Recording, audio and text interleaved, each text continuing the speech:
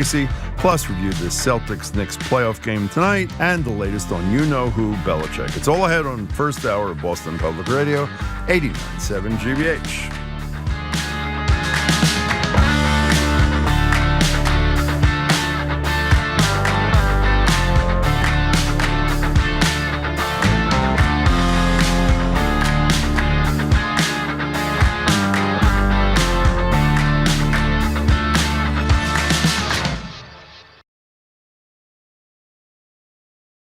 Live from NPR News in Washington, I'm Corva Coleman. President Trump says Americans voted for him to cut down on illegal immigration. But in an interview with NBC, Trump said he did not know if he needs to uphold the Constitution. This answer came when he was asked about whether people should receive due process under the Constitution, including people who are illegally in the U.S. Trump said he has lawyers who work for him and that he would follow the U.S. Supreme Court.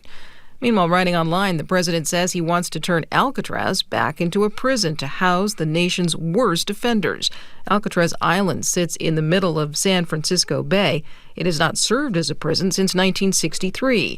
California State Senator Scott Wiener is opposed. The idea that it would be turned back into a prison would be so expensive and just so dumb. The U.S. Bureau of Prisons says it closed Alcatraz 60 years ago because it was 3 times more expensive to operate than any other federal prison.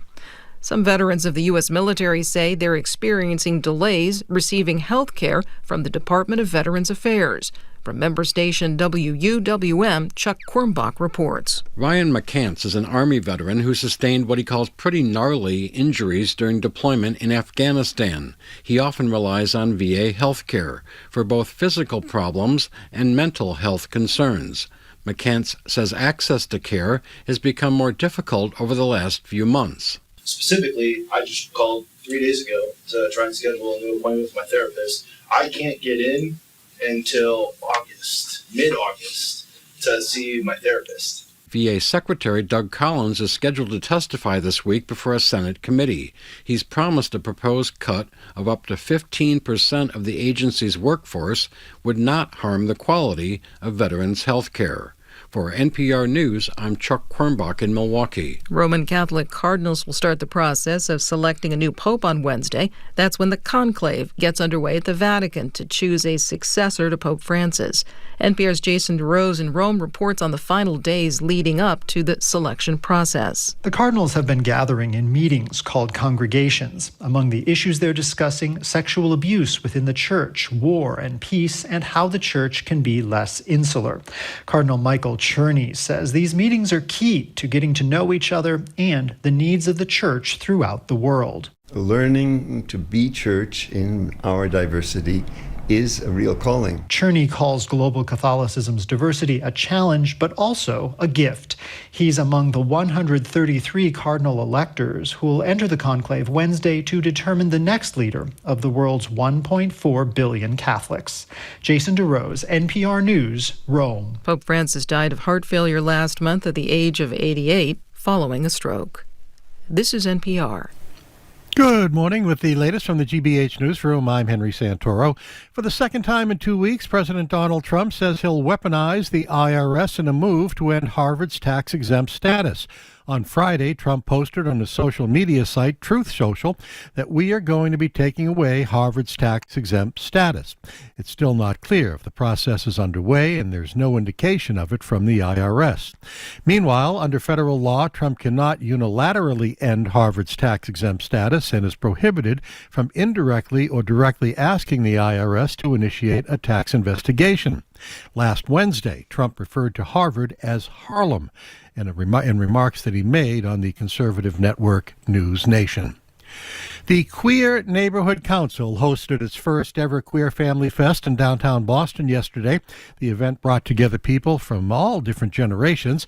The nonprofit's co-founder, Jack Imbergamo, says that the group organizes mainly free events for Greater Boston's LGBTQIA and ally community. And we've heard a lot of feedback and interest from our community of offering more intergenerational events, more spaces where youth and elders can come together and really start facilitating their own community building. Participants enjoyed arts and crafts, getting family portraits, and pursuing books by queer and trans authors. Big night at the TD Garden. The Celtics and the New York Knicks play Game 1 of the second round of the NBA playoffs. Tip-off is at 7. This is GBH News. Support for NPR comes from NPR stations. Other contributors include the Wallace Foundation, an independent, nonpartisan research foundation collaborating with grantees and partners in the arts, school leadership, and youth development. More at wallacefoundation.org. This is NPR.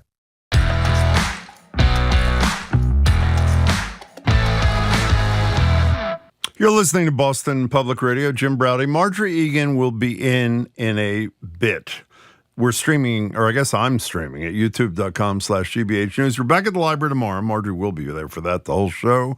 Wednesday and Friday. Ask the Governor is this Friday. She'll be with us from noon to 1.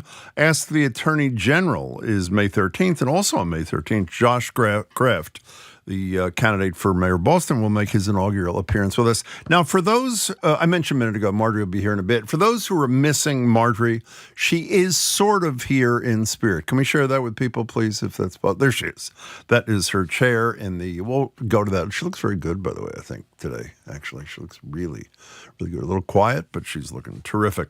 In any case, while we're waiting for Marjorie, yesterday on NBC's Meet the Press, I know you know this, host Kristen Welker asked Donald Trump directly whether it's a key function of his job to do what he swore an oath to do, to uphold the Constitution of the United States. Here's just a little taste of that exchange. Your Secretary of State says everyone who's here, citizens and non-citizens, deserve due process. Do you agree, Mr. President? I don't know. I'm not a lawyer. I don't know. Well, the Fifth Amendment says I don't know. as It might say that, but if you're talking about that, then we'd have to have 1 million or 2 million or 3 million trials. We have thousands of people that are some murderers and some drug dealers and some of the worst people on earth. Some of the worst, most dangerous people on earth. And I was elected to get them the hell out of here. So when she says the Fifth Amendment and he interrupts her, he says it might say that. The Fifth Amendment might say that. It does say that. A Fifth Amendment makes very clear no person, doesn't say citizen, the Supreme Court has affirmed this, no person shall be deprived of life, liberty, etc., and property without due process of law. So let's step back for a second. Trump is saying that it may be okay, he doesn't know, to not obey the Constitution. I don't know is what he says. And he made the argument that he essentially made a pledge to the voters to do these deportations. And I guess the implication is when that's in conflict with the Constitution, who knows what prevails. You know, I hope everybody remembers how many Republicans in this country were all riled up when Barack Obama did the outrageous thing where he wore that tan suit. Here we have a president of the United States. I'm guessing, I don't know this for a fact, that no president has ever been asked this, ever. Maybe I'm wrong, but I can't imagine a circumstance in which the question would need to be asked. Does he believe he has an obligation to uphold the Constitution of the United States? I don't know, says Donald Trump. The number's 877-301-8897. And I guess the purpose of this, because it's hard, there's Marjorie. It's very hard to pick what the most egregious act or comment. You got to get Marjorie's picture off for a second, by the way. I can't have thank you very much. We can get back to her in a second.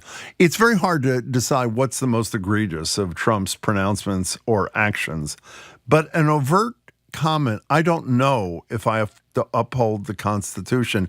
If he does not have to uphold the Constitution around due process, does he have to uphold it around free speech, freedom of the press, searches and seizures?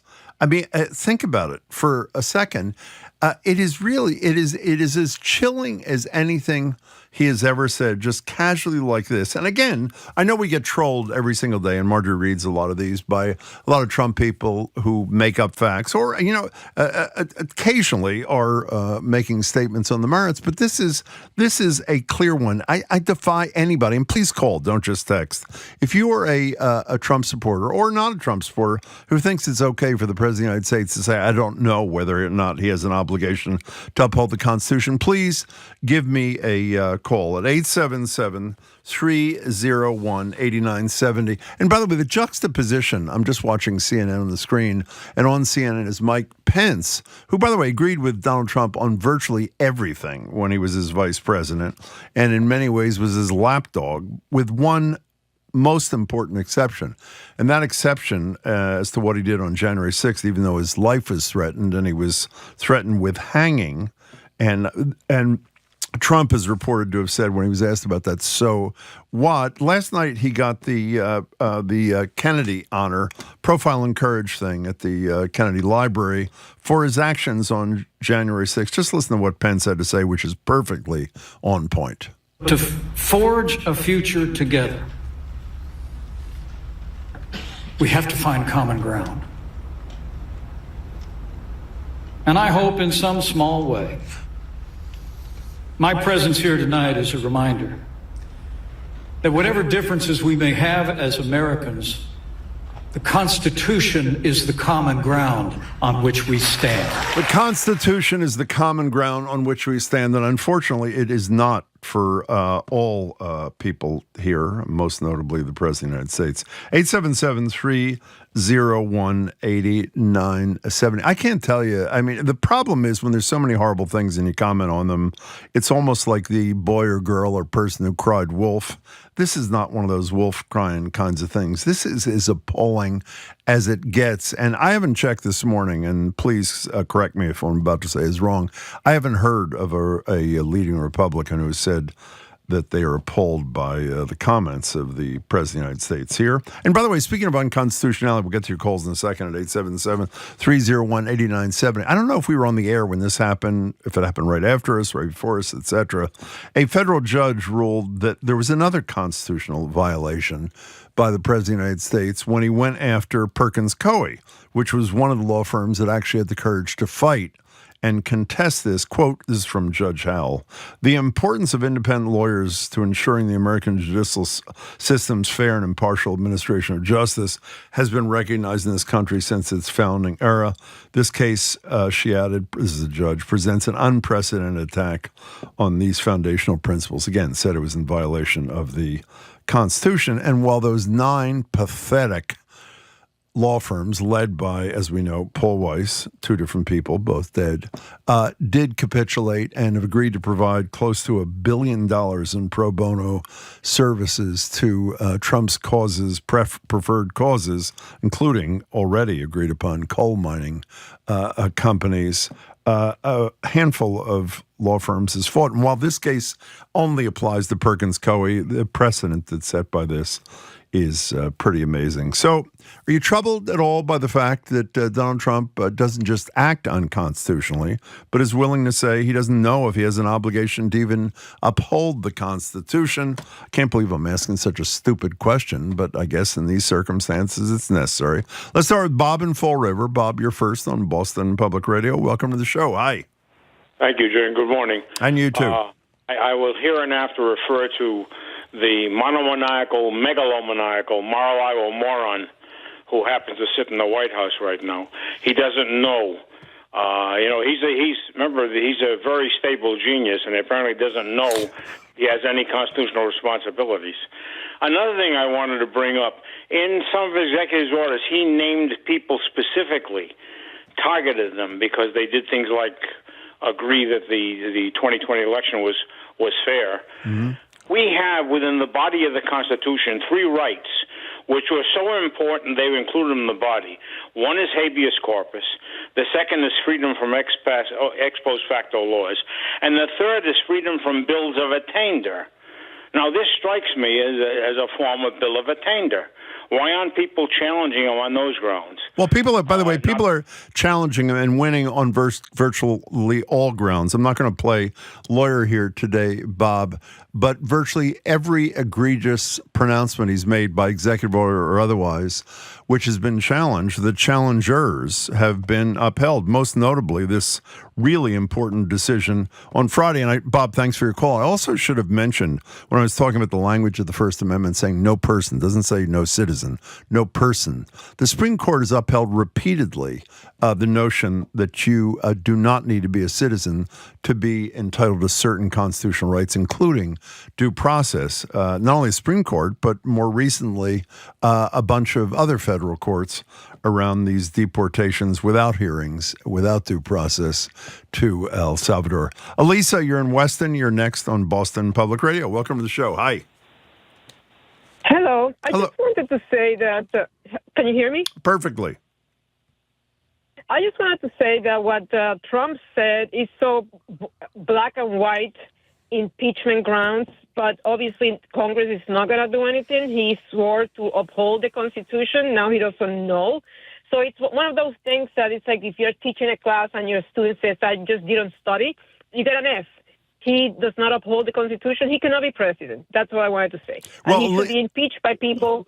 Yeah. Elisa, let me just tell you, Alexandria Ocasio-Cortez and at least a couple other Democrats in the House have talked about impeachment, but obviously, as you know, you don't need me to say, without a majority of members there, considering every Republican, I assume I shouldn't say virtually every Republican will toe the line on something as clearly as anti-constitutional as this comment was on Meet the Press.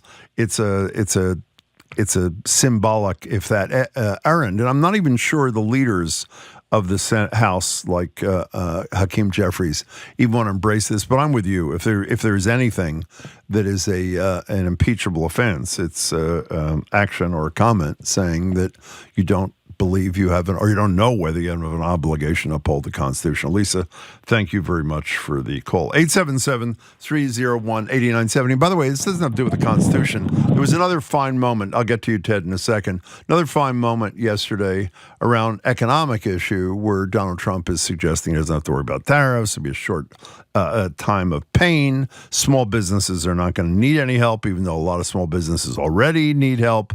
But in another wonderful Trumpian moment, here's how he responded to questions about the economy. This is yesterday on Meet the Press with Kristen Welker. When does it become the Trump economy? It partially is right now, and I really mean this. I think the good parts are the Trump economy, and the bad parts are the Biden economy. Well, you can't quarrel with that. I guess you can. 877-301-8970. You know what I also should have said earlier? There was a wonderful, long, endless piece, editorial, in the New York Times. I think it was on Friday, Thursday, someday last week, talking about how this country stands up to this behavior. And they made a very important distinction. Unwise policies, at least in your estimation, unwise, or an individual's unwise, Trump is entitled to make. To use the great Obama line, well, it's not just Obama, elections have consequences. Unwise policies and unconstitutional policies and pronouncements are two different kettles of fish. And what we're talking about today, and what he was talking about yesterday with Welker, was unconstitutional behavior. And by the way, he's already violated the Constitution in terms of the failure to provide due process. Marjorie and I, and every legal expert with whom we've spoken, says he's in violation of a Supreme Court ruling around facilitating the release of Abrego Garcia. And when he was asked by Welker yesterday if he knew if there had been contact with the president of El Salvador about that, he said, you have to talk to my attorney general. I mean, does anybody think he has no idea whether or not he is complying with the court's facilitation, that's their word, order? I think not. Ted, you're in Rhode Island. Welcome to the show. Hi. Good morning, Jim, and thanks for taking my call. Sure. Well, the Supreme Court, they guaranteed him immunity, right? So he can do whatever he wants. He can walk all over the Constitution. So, I mean... That's actually, no, that's really not true. The Supreme Court immunity ruling, as egregious as it was in the last, in their most recent term, doesn't touch on whether or not he does overt violations of the Constitution. So that, and in some limited cases, it may protect him, but it would not, in my estimation, protect him when he fails to provide due process to people who are under the Fifth Amendment entitled to it. But go ahead, Ted. All right. Well, the thing is, when the case was before the Supreme Court last summer, his attorney said, I think it was Justice Sotomayor asked if he was to have one of his political opponents executed. Yeah, exactly. Yeah. And his attorney said, yeah, as long as it's part of his presidential duties, right? So, I mean, that blew me away. Well, but keep in mind his core, I think the expression is core functions. I can't remember. I think that's what it is. Core presidential duties. One of his core functions is not to violate the Constitution of the United States. Having said that, I'm making it sound like because I may be right and you may be overly anxious about this, we don't have to worry about it. Of course we need to worry about it because the courts are operating so much more slowly than the speed with which Donald Trump violates laws and constitutions, that it's great when they eventually catch up, like Burrell Howell did with that thing around Perkins Coie, that law firm on Friday. But think about how, because of the huge amount of space between Perkins Coie standing up to Trump and the decision on Friday, it allowed 9 weak-kneed, sycophantic law firms to cut horrible deals with the President of the United States. So I'm not suggesting at all that even when the court's on the right side of the issues, it's protecting the American people because it's far too slow. Ted, thank you for the call. By the way, Patton Law makes a wonderful point. Trump not sure he has to uphold the Constitution as president. Will he uphold the Bible as Pope? The idiocy just keeps growing. I was going to try to keep that out of this conversation, but if you have not seen the photograph, the AI image that he, we don't call it tweeted, reposted on Truth Social, that even Cardinal Dolan, who is totally, he's in New York, so totally enamored of everything Trump does. Even Trump was critical. One person who was not was the ultimate sycophant, that of course is the Vice President of the United States, who is a Catholic, and said something like, and this is almost exactly what he said, we've all been joking about this, the Pope, the election thing. Who's been joking? Who do you know has been joking while they're still in a mourning period for Pope Francis? And the conclave, which we'll talk about later this week, begins on Wednesday. An anonymous texter asked, could you put the camera on Marjorie for a second? This is a question that Marjorie really should be answering, but she isn't. Thank you. She's not here yet. Will Paul Weiss be defending Trump pro bono when Trump ignores the Constitution? I don't think Paul Weiss will be doing anything in the near future. We're going to take a break. 877-301-8970. For those of you in incredible angst about the fact that Marjorie is not here yet, she's got some business to attend to. She will be here, but in the interim, you are listening to 89.7 GBH.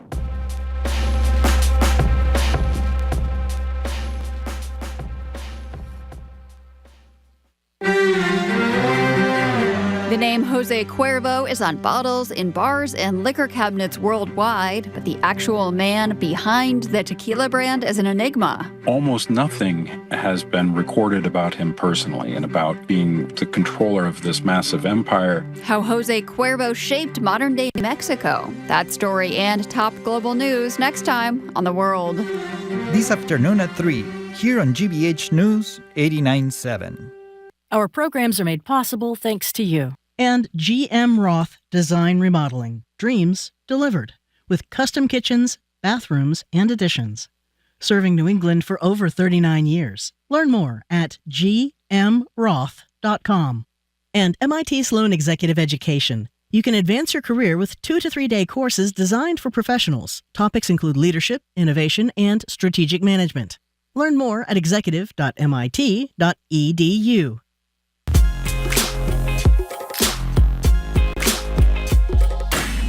Welcome back to Boston Public Radio. I am Jim Browdy. She is Marjorie Egan. Let's get Marjorie into this conversation if we can for a second here. She'll be there in a second. You're listening to Boston Public Radio, streaming YouTube. There she is, at youtube.com/GBH. She's just a little bit late today. We're talking, as much of America is and should be talking, about the outrageous comments made by Donald Trump yesterday in the Kristen Welker interview on Meet the Press about whether or not he has an obligation to uphold the Constitution. The conversation was about due process rights for undocumented people around these deportation things. And the Supreme Court and other federal courts have spoken on the issue. There's no question. I'll read it to you. No person shall, and then we'll skip to the Fifth Amendment, shall be deprived of life, liberty, or property without due process of law. No person. And it has been held by the Supreme Court to mean exactly what it says. No person. It doesn't say no citizen. It says no person. They are entitled, undocumented people, to due process. And by the way, for those two things. One, that doesn't mean because they get due process that there won't be a deportation. Of course, if it's murdered, they'll be deported. That's number one. Number two, when Trump says whatever he said yesterday, there'll be 2 million, 3 million trials. These immigration hearings are not like that. I'm sure, assuming most of you know. But even if they were like Donald Trump's trying to portray them, the Constitution guarantees it, and he just wants to deny it. Now, for you who are feeling Marjorie deprived, we have a little treat before we get back to the calls. You know, Trump said in that interview yesterday with Welker that he was not a lawyer. Well, our staff put together some things that Marjorie has said on the show in prior times that she is not. Here it is. You're a trained person, and I'm not. I'm not a historian, obviously. No. I mean, I am not a lawyer. You guys are both lawyers. I'm not qualified to talk about the bond market. No. I'm not an alpaca, so I have these questions. She's not an alpaca. That, by the way, even people who've never listened to the show before probably know that Marjorie is not an alpaca. Again, she'll be here a little bit later in the show. I am Jim Browdy, and you are Denise in Rhode Island. Hi, Denise. Welcome. Hi. Good morning, Jim. You too. Thanks for everything you and Marjorie and, Very BPR nice. and Thank you. NPR and everybody does. Thanks. And if for any reason, welcome. And if for any reason it goes through that public radio loses its, federal funding, myself, and I'm sure there are plenty of other people, are going to step up and pay absolutely as much as we can Denise, to keep you guys fabulous. going. I mean, Thank you. I really think that will be the case. Well, I think we should really just make it not happen, and then we won't have to worry about that. But thanks for your commitment to public radio. We appreciate it. What's up, Denise? Okay, the first thing I thought of when I heard Trump say that he didn't know if he had to follow the Constitution, he took an oath He did. when he was sworn in to uphold the Constitution. I mean, in front of the whole world. It's like everybody heard this. Is he just going to be like a hypocrite or something and make himself stupid? Well, I would say hypocrite is pretty that. kind. One of the I'm glad you said what you said, because one of the things I was thinking this morning, which of course I totally forgot about, is his comments are so outrageous and his violation, in my opinion, of court orders so clear. Not all, but some. It's almost as if he wants to provoke a clash between the judiciary and him, or the so-called constitutional crisis, because this is not a close question. A lot of questions are close. This is not one. So I don't think it's hypocritical at all. I think it's either that he is as unhinged as Marjorie started calling him, I think it was 8 or 9 years ago, or he's decided that he wants to provoke the kind of crisis that this country doesn't need. And I'm hoping responsible Republicans, join Democrats in standing up against. Denise, thanks for your call and thanks for your support. We appreciate it. 877-301-8970. An anonymous texter says, when Marjorie is gone, we realize how important she is. Jim, this is in capital letters now, calm down in any case. 877-301-8970. Also in this interview, if you missed this Meet the Press thing yesterday, in addition to the most egregious of comments, the thing about I don't know if I have to uphold the Constitution, he talked about using military force to take over Greenland. He said it was unlikely that he'd use military force to make Canada the 51st state. The new prime minister, the recently reelected prime minister, Trenni is going to be in the United States this week, meeting with him. I'm curious to know what happens there. I can't read my rating. Oh, he said there might be a tariff deal this week, and there are reports that there could be a big deal this week with India, which would be a step in the right direction. But those are some of the things he had to say yesterday during this Meet the Press back and forth. Heather in Hopkinton, welcome to the show. Hi, Heather. Hi. How are you? I think I'm well, thank you. Thank you. I'm a first-time caller, Thank but you. long-time listener, We so love thank you that. for taking my call. Very kind. Yeah, and my question, or I don't know if it's a question, I guess it's really a comment around how clear it is that this administration, and particularly Trump, has violated the Constitution is at every level, and I feel like there's no reason to just keep digging that hole.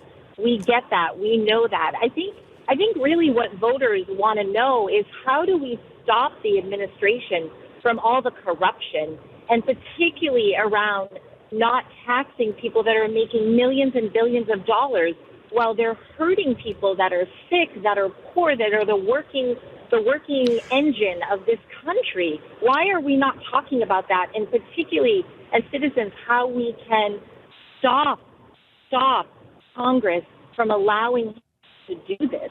Well, let me say a couple of things. What's our role? How can we be helpful? Heather, there's a great story, which I'm guessing you've read, but if you haven't, it'll add to your list. The lead story this morning on the website of the New York Times was about how some of the international deals that are being cut by the Trump kids, sons, are, and maybe I can't remember if Ivanka's in there or not, are the benefit is accruing to the president of the United States, which is just absolutely unimaginable. I think the answer to your question is the more people speak out and the more it's clear that there is not support for a lot of what Trump is doing. And by the way, in the most recent polls, 5-6 of them around the 100-day mark, he didn't even have majority support for the deportations. He clearly had nothing even close to majority support for his economic policy, particularly the tariffs.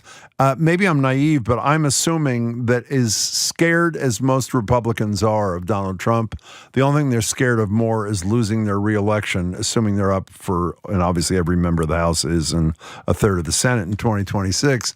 And you got to make calculation if you're running, what's the point at which you cut ties and do the right thing and decide to side with the people of this country. And by the way, when I say side with the people, I know there are divisions on the issues. There should be no division on adherence to the Constitution. So side with the people in the Constitution means side with every person on the Constitution. And my hope is if those numbers continue to decline, that Republicans will decide that it's time to act honorably. That's all I can really suggest at the moment. In addition to continued demonstrations, I think they matter. They're not as huge as some people would like, but they're picking up in frequency. And I think not only does that get noticed, Heather, but I think it builds on it, meaning successes in marches and demonstrations breed more success. Do you not agree with that, by the way, that those things build on each other, on themselves? Yeah, absolutely. I mean, I've protested since the beginning, here, obviously, in Boston, and I'll continue to do that. I think I would just, to your point, say that the next large protest is timed for that foolish military parade for his birthday on June 14th. Yeah. That will cost the taxpayers $100 million. They've said $100 million. This could cost. Yeah, it's right, unbelievable. Exactly. So that's a specific day to protest wherever you are. Hold up your sign, speak up, stand up. I really just want to advocate for that. Thank you for your time. Heather, I'm glad you finally called. Please call us again soon. Thanks for your first, though. 877-301-8970. Can we just play that exchange I played at the top of the show one more time between Kristen Welker and Trump about whether or not he has an obligation to uphold the Constitution? Just want you to hear the President of the United States saying, "I don't know." Here it is. Your Secretary of State says everyone who's here, citizens and non-citizens, deserve due process. Do you agree, Mr. President? I don't know. I'm not a lawyer. I don't know. Well, the Fifth Amendment says I don't know. It seems it might say that, but if you're talking about that, then we'd have to have 1 million or 2 million or 3 million trials. We have thousands of people that are some murderers and some drug dealers and some of the worst people on earth. Some of the worst, most dangerous people on earth. And I was elected to get them the hell out of here. Yeah, so that was the exchange yesterday that is the talk of the nation as well it should be. David in New Bedford, welcome to the show. You're next on Boston Public Radio. Hi. Well, hi, Jim. Hi. Thanks for taking my call. My pleasure. I just want to, first off, no question, the grounds for impeachment are blatant, obvious, and beyond appeal. Mm-hmm. However, I don't think we should talk about impeachment because I think that the Republican Party is so thoroughly owned, he could probably nuke Miami and still not get impeached.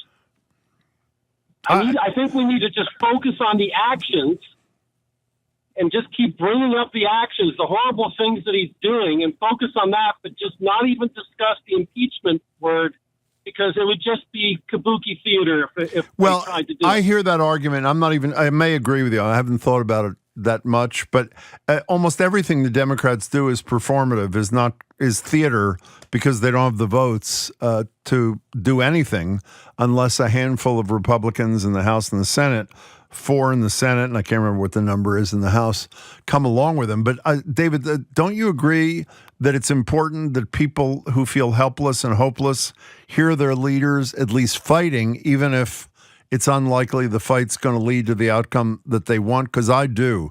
I think it's really important that the critics, Republicans, Democrats, independent of Trump's illegal or unconstitutional activities, are relentless. No?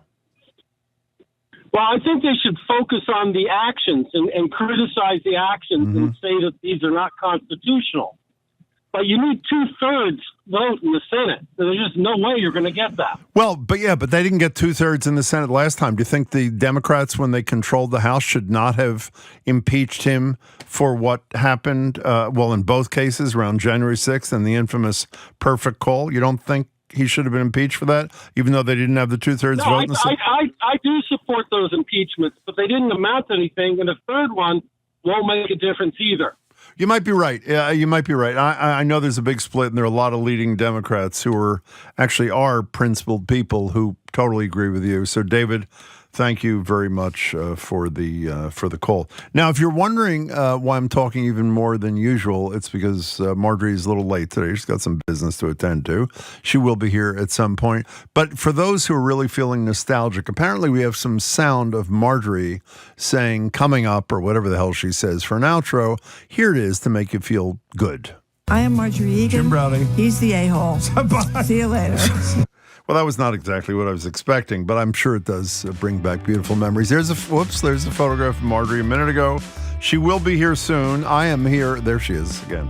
I am here. Coming up after a quick break, NBC Sports Boston's Trenni Casey. You're listening to Boston Public Radio, 89.7 GBH, and streaming at youtube.com/GBH News.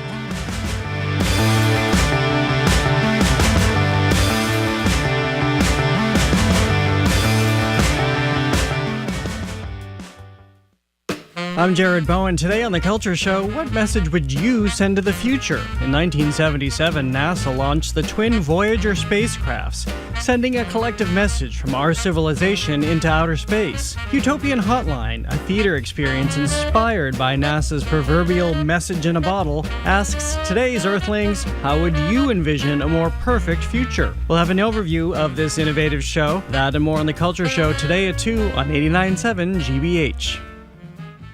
Support for GBH comes from you. And M&M Skylights, located in Stoneham, installing and servicing the full range of Velux skylights that can help bring air and more natural light into your home. Skylight consultations can be scheduled at mmskylights.com. And Liberty Mutual Insurance. Liberty believes progress happens when people feel secure and exists to help people embrace today and pursue tomorrow. Learn more at libertymutual.com.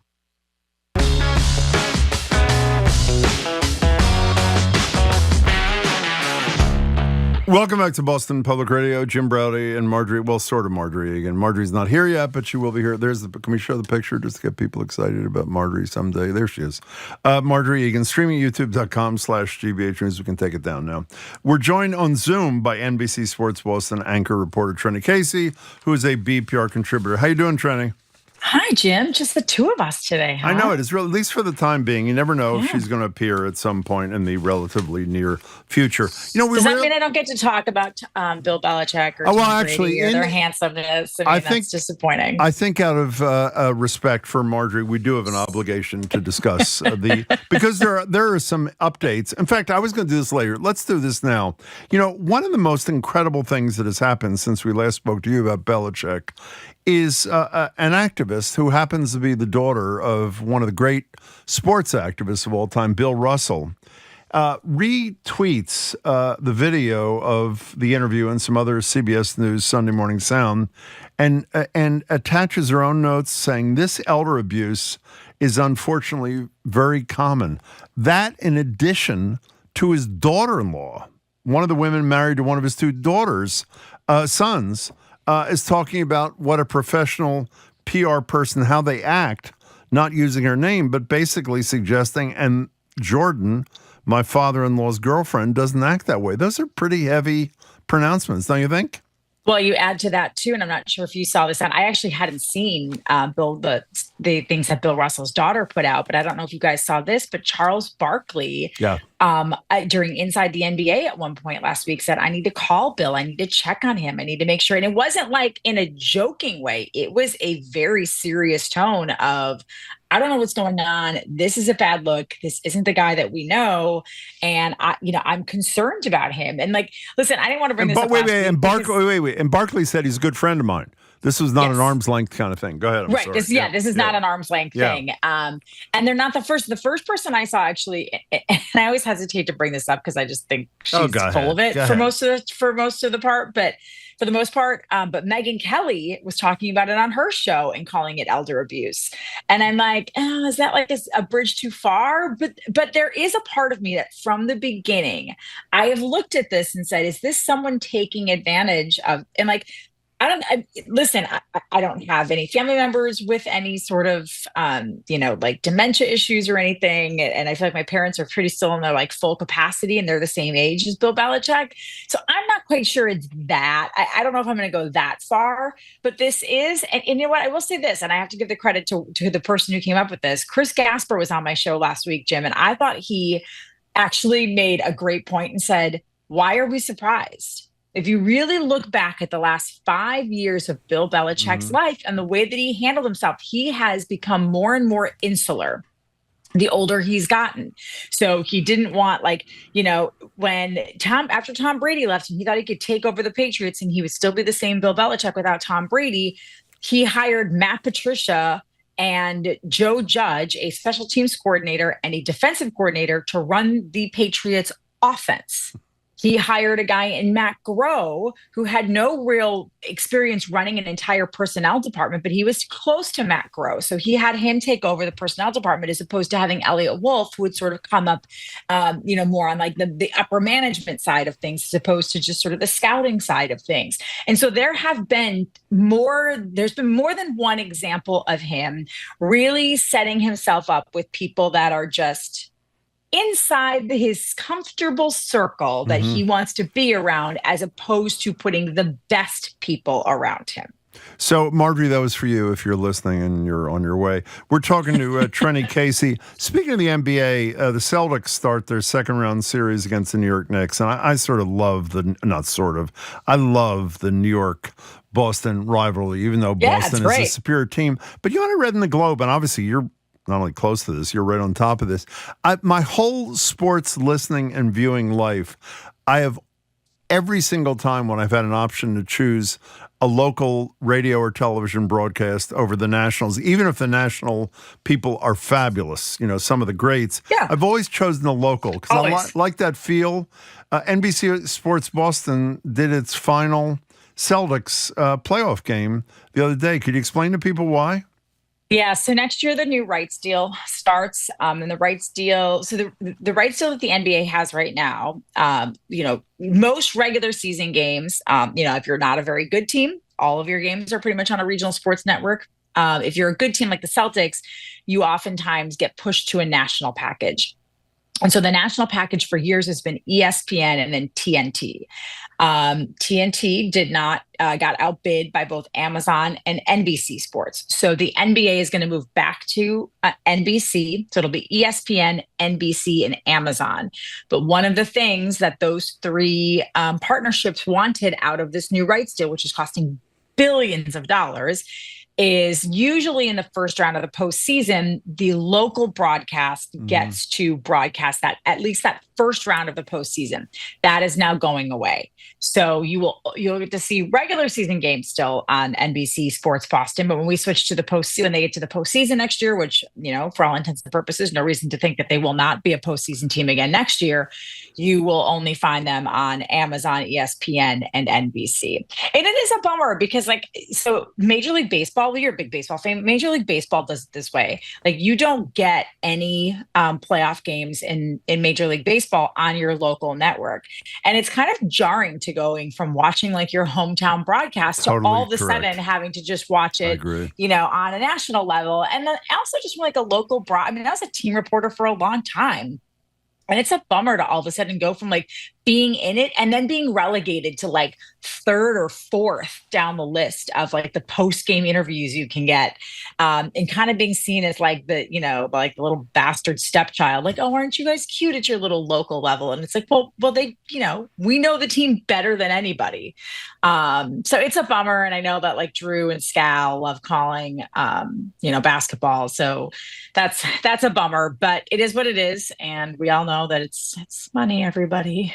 Well, we're talking to Trenni Casey. Staying on the Celtics for a second, I don't understand the economics of this at all. I've read the stories, so I don't even know if I should get into it. But is the purchase, the recent sale of the Celtics, at some risk because the buyer may not have enough access to capital to close this $6 billion deal? Well, it sounds like he does now have the access to the capital. I think the deal is supposed to close in late June, early July, to the best of our knowledge. But listen, it's expensive to buy a pro team now. I mean, the Celtics are valued at $6.1 or $6.2 billion. And for anyone who's familiar with the current ownership structure of the Celtics, the Grousbeck family, led by Irv Grousbeck, even though Wick, his son, is the like father, right? The father is really the money. So they have like the majority stake, but even their majority stake is only like 20-some%. And then it kind of trickles down among all these other owners. So that's kind of what's happening here, where William Chisholm is like the face. He's the guy who went in and put in the bid, but he doesn't have like billions of dollars just lying around in cash. Most of these really rich people, a lot of their money is tied up in stock, in equity, and all these other things. So it's a private equity group essentially that is buying the Celtics, which comes with some risk, right? Because private equity groups, like owning a sports team, you're not buying a sports team because you want to make a ton of money right away. You're buying a sports team because it is a long-term investment. And private equity is, I don't work in it, but from what I understand and from what I read about it in the business section, Shirley Leung actually wrote a column about this, I think today or yesterday, about how private equity is all about making money now. And so there is some risk, like, will this group still strive for championships or will they strive for the bottom line? And I think that's a concern for everybody. I think what tempers those concerns is that Bill Chisholm, who's the face of it, like think of him as sort of being like the Wick Grousbeck of this group. He is a rabid Celtics fan. He is like familiar, like he loves Chris Forsberg, who's our Celtics insider, like Abby, Drew, Scal, like watches all the games. That's he watches pregame. Actually. He watches, like, he knows who everybody is. I don't know if he knows who I am. I don't think he cares about maybe my show, but he loves the Celtics, right? And that's all we care about, is you want somebody who is going to look at it and hopefully the money in it, they understand that you're not going to make your money back in 5 years. Like, it took what? I don't even know the math on this. It's probably worth like 200 times what it was when this group bought it. They bought it for what they buy it, $1/3 like billion dollars. $380 million. Okay, so they sold it for roughly 18 times as much as they bought it, which I would guess is far exceeds the rate of inflation since the purchase. So they did relatively well. But that took decades, right? That took decades to get there. And so the hope is that this private equity group isn't like, well, why aren't we making more money on concessions, or why aren't we doing this, or why don't we get rid of Jaylen Brown because his contract is too much and we want to get so far into the luxury tax because we don't want to have to pay to have this team. Like, to have a championship caliber team means you're looking at the long ROI, not the short term return on investment. Oh, I love that ROI thing. That was very impressive. It's like literally one of the only financial terms I know is ROI, return on investment. Well, I actually almost know what that means too. We're talking to Trenni Casey. Marjorie Egan is not here yet. She will be. I am Jim Browdy. So I know a ton of people. I mean, like a ton, who are doing this Wim Hof stuff. And my understanding is, I don't understand it well, but what I do understand is there are two parts of the Wim Hof deal. One are these cold plunges things. Yep. And you know who does it every single morning? Is a high profile person in Massachusetts and apparently stays in the water for minutes, not seconds. Diana DiZoglio, every single morning. The state auditor? State auditor, yeah, every single day. That's the cold plunge. The other thing that there's a story about a lot of pro athletes, including one of my favorites, Steph Curry, for which the team that Warriors made it into the second round last night with a seventh game victory, is deep breathing. This is becoming a big thing with a lot of pro athletes, right? So I think it's a big thing among high achievers. I will say this, like I've always tried to get into meditation and I've gone through like meditative phases. And everybody does make it seem simple. And I kind of like when I was reading the article, I like how some of the athletes are like, I get up in the morning and I do 20 breaths. Like that feels so much more like, but like sitting in consciously, like getting up in the morning, sitting quietly and doing those 20 breaths, it like centers you. But also, so I read the book. Have you read the book, Breathe? No. So who's that? Is that Wim Hof or is that somebody else? It's not Wim Hof, but it talks about the Wim Hof method. And I actually like contemplated it. I've been bugging my husband for us to do a bathroom remodel, and in our bathroom remodel, putting in like a Finnish style sauna, and then that's not necessarily a cold plunge, but like have a shower adjacent to it so that you could go into the sauna and then go in and do like ice cold water. Even if you're not plunging in, it's still like that sort of hot, cold. It is the cold, hot, and the breathing. I think the breathing mostly is one, just about being aware of your breath. Because a lot of times think about when you're exercising really hard or you're anxious, it's just a natural reflex to hold your breath. And I think doing mindful breathing meditation allows you to like think about your breath. It also, in this book Breath, that's why I brought it up, because also in this article you guys sent, they talk a lot about how this one athlete figured out he was like a mouth breather. Have you ever done mouth taping? Mouth taping, like taping your mouth so you're forced to breathe out of your nose? So you're forced to breathe out of your nose. So I've not done that quite yet, but go ahead. Okay, so I did it. You did? I did it. It was like 5 years ago. A lot of people would like to tape my mouth actually between 11 and 2, but go ahead. Sure. Thank you. Most people would like to tape my mouth shut all the time, but no, I don't think here so, we are. It turns out I'm not a mouth breather, Jim. So if anybody wants to call me a mouth breather, they can't, because I can sleep with tape over my mouth for like almost the entire night. And then like every once in a while I'll break up because maybe I'll have wake up because I'll have like a dream or something that makes me gasp for air. You slept with tape on your mouth? Yeah, I slept Weren't with tape you on my worried mouth. you were going to expire or something? No, because it's like a little bit of, and I know people at home who are listening can't see us and those of you watching on YouTube. Some are Kevin, watching YouTube. Yeah, and YouTube. Yeah, those of you on YouTube. It's just like a thin, almost like an athletic tape, and you put it like in an X over your mouth, and it just keeps you from like opening your mouth to like be that natural way. Good. Now I've tried to do that with some of the best trainers and athletes say that you should not be like when you're running or doing like hard cardio, you should still be able to breathe through your nose and out through your mouth. I have not been able to master that.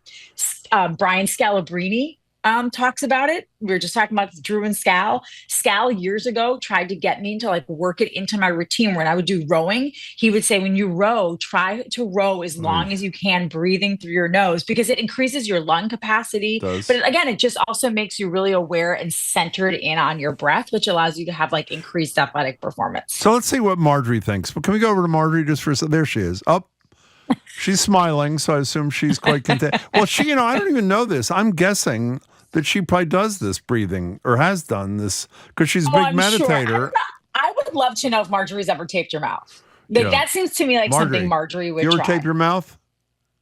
The picture on the back of the chair is hysterical. She looks sort of like, in any case, we're talking to Trenni. By the way, is the name of the book Breath, The New Science of a Lost Art? James Nestor, is that what you're talking about? James Nestor. It's a yellow cover. Yeah, yellow cover. That's the deal. And the Wim Hof method is a little more intense. Like there's breath holding, and there is like the cold and the hot and all the things. Nope. But I mean, Jim, people are doing it. Like spas are popping up everywhere for these like sauna cold plunges. And they've been doing it in Nordic countries forever. And they're like the healthiest, happiest people on the planet. So maybe we should adopt it here. Very happy. Now, I want you to know when we were Marjorie and I prepared the show together, even though she isn't here yet for the show early this morning. And another topic we put on the list, even though I was so about it, was for her. Which was the Kentucky Derby. Well, could you tell us, I find this incredible. Could you tell us what every horse in the race, there were 20 or something, every horse in the race has in common, not just the winner's sovereignty. What do all the horses in the race have in common?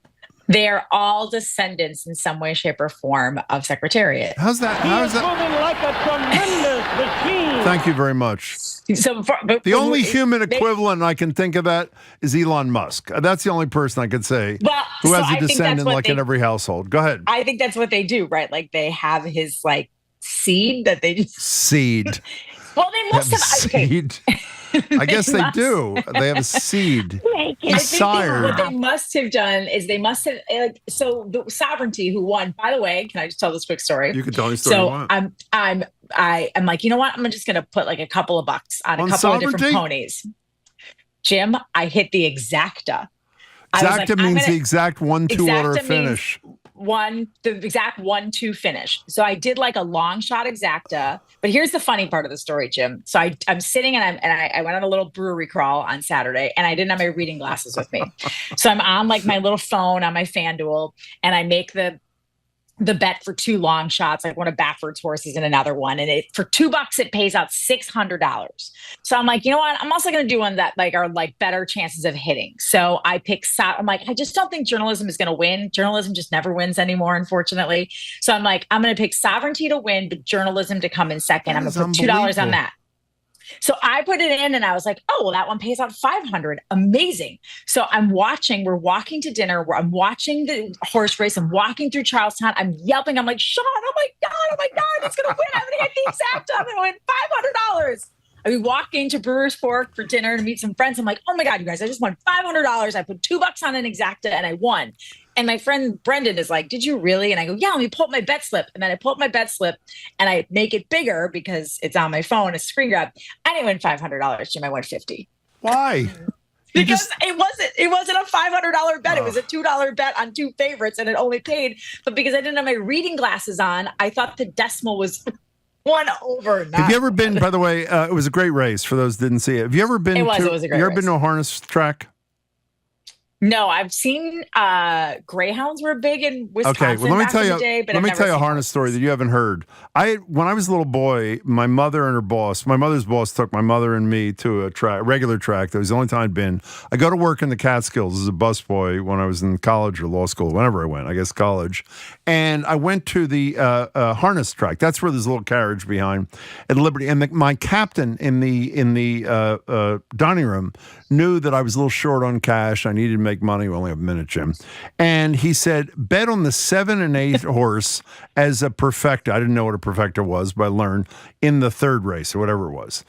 They're coming to the top of the stretch. The 7 and 8 horse are not just the last 2 horses, but they're boxed in, meaning they can't even run outside.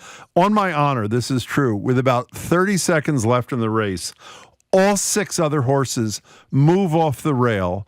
The 7 and 8 horse, which were 7th and 8th, last and second to last, rush up the rail. Obviously, the race was fixed. Come in first and second. I won a couple $100 on my first bet in my whole life, other than that time with my mother, and that was the end of the tale. Wow. What do you think of that? You bet a fixed race. I bet a fixed race. What do you think about that, Marjorie? Do you want to comment on that? Or she'll be with us. There she is. Thank you.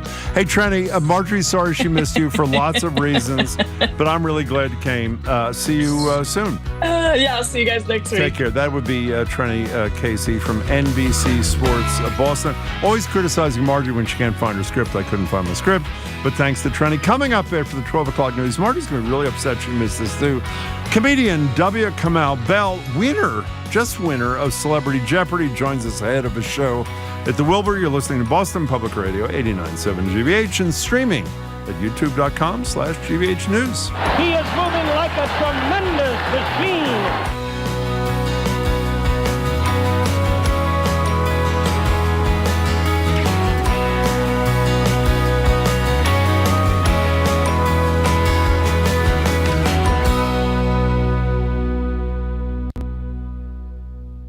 It's not over yet.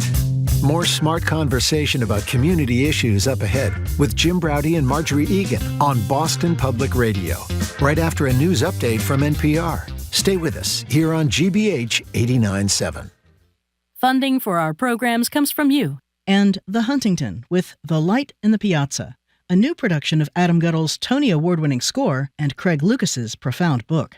May 8th through June 15th at the Huntington Theater, huntingtontheater.org. And Comcast Business, committed to providing connectivity for your business with network and cybersecurity solutions. Comcast Business, powering possibilities. Restrictions apply. To learn more, you can call or visit comcastbusiness.com. You're listening to 89.7 WGBH HD1 Boston. Online at gbhnews.org. GBH News. What matters to you? I'm Jim Browdy, ahead on Hour 2 of Boston Public Radio. Emmy-winning comedian and Celebrity Jeopardy winner W. Kamau Bell is bringing a brand new comedy tour to the Wilber this month, but he joins us first. Then, I'm still sort of Marjorie Egan. We'll speak with GBH reporter Jennifer McKim about a new investigation into the shady business of some solar panel providers. And then it's lawyer and former Estate Ethics Commissioner Jeanne Kempthorne in the legal battle between Attorney General Andrea Campbell and State Auditor DiZoglio about auditing the legislature. It's all next in the second hour of Boston Public Radio, 89.7 GBH.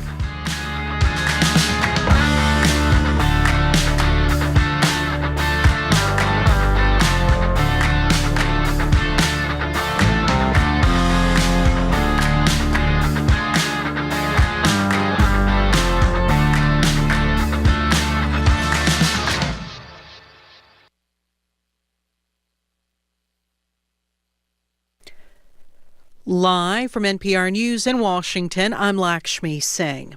President Trump is threatening to implement a 100% tariff on movies produced outside the United States but shown in this country.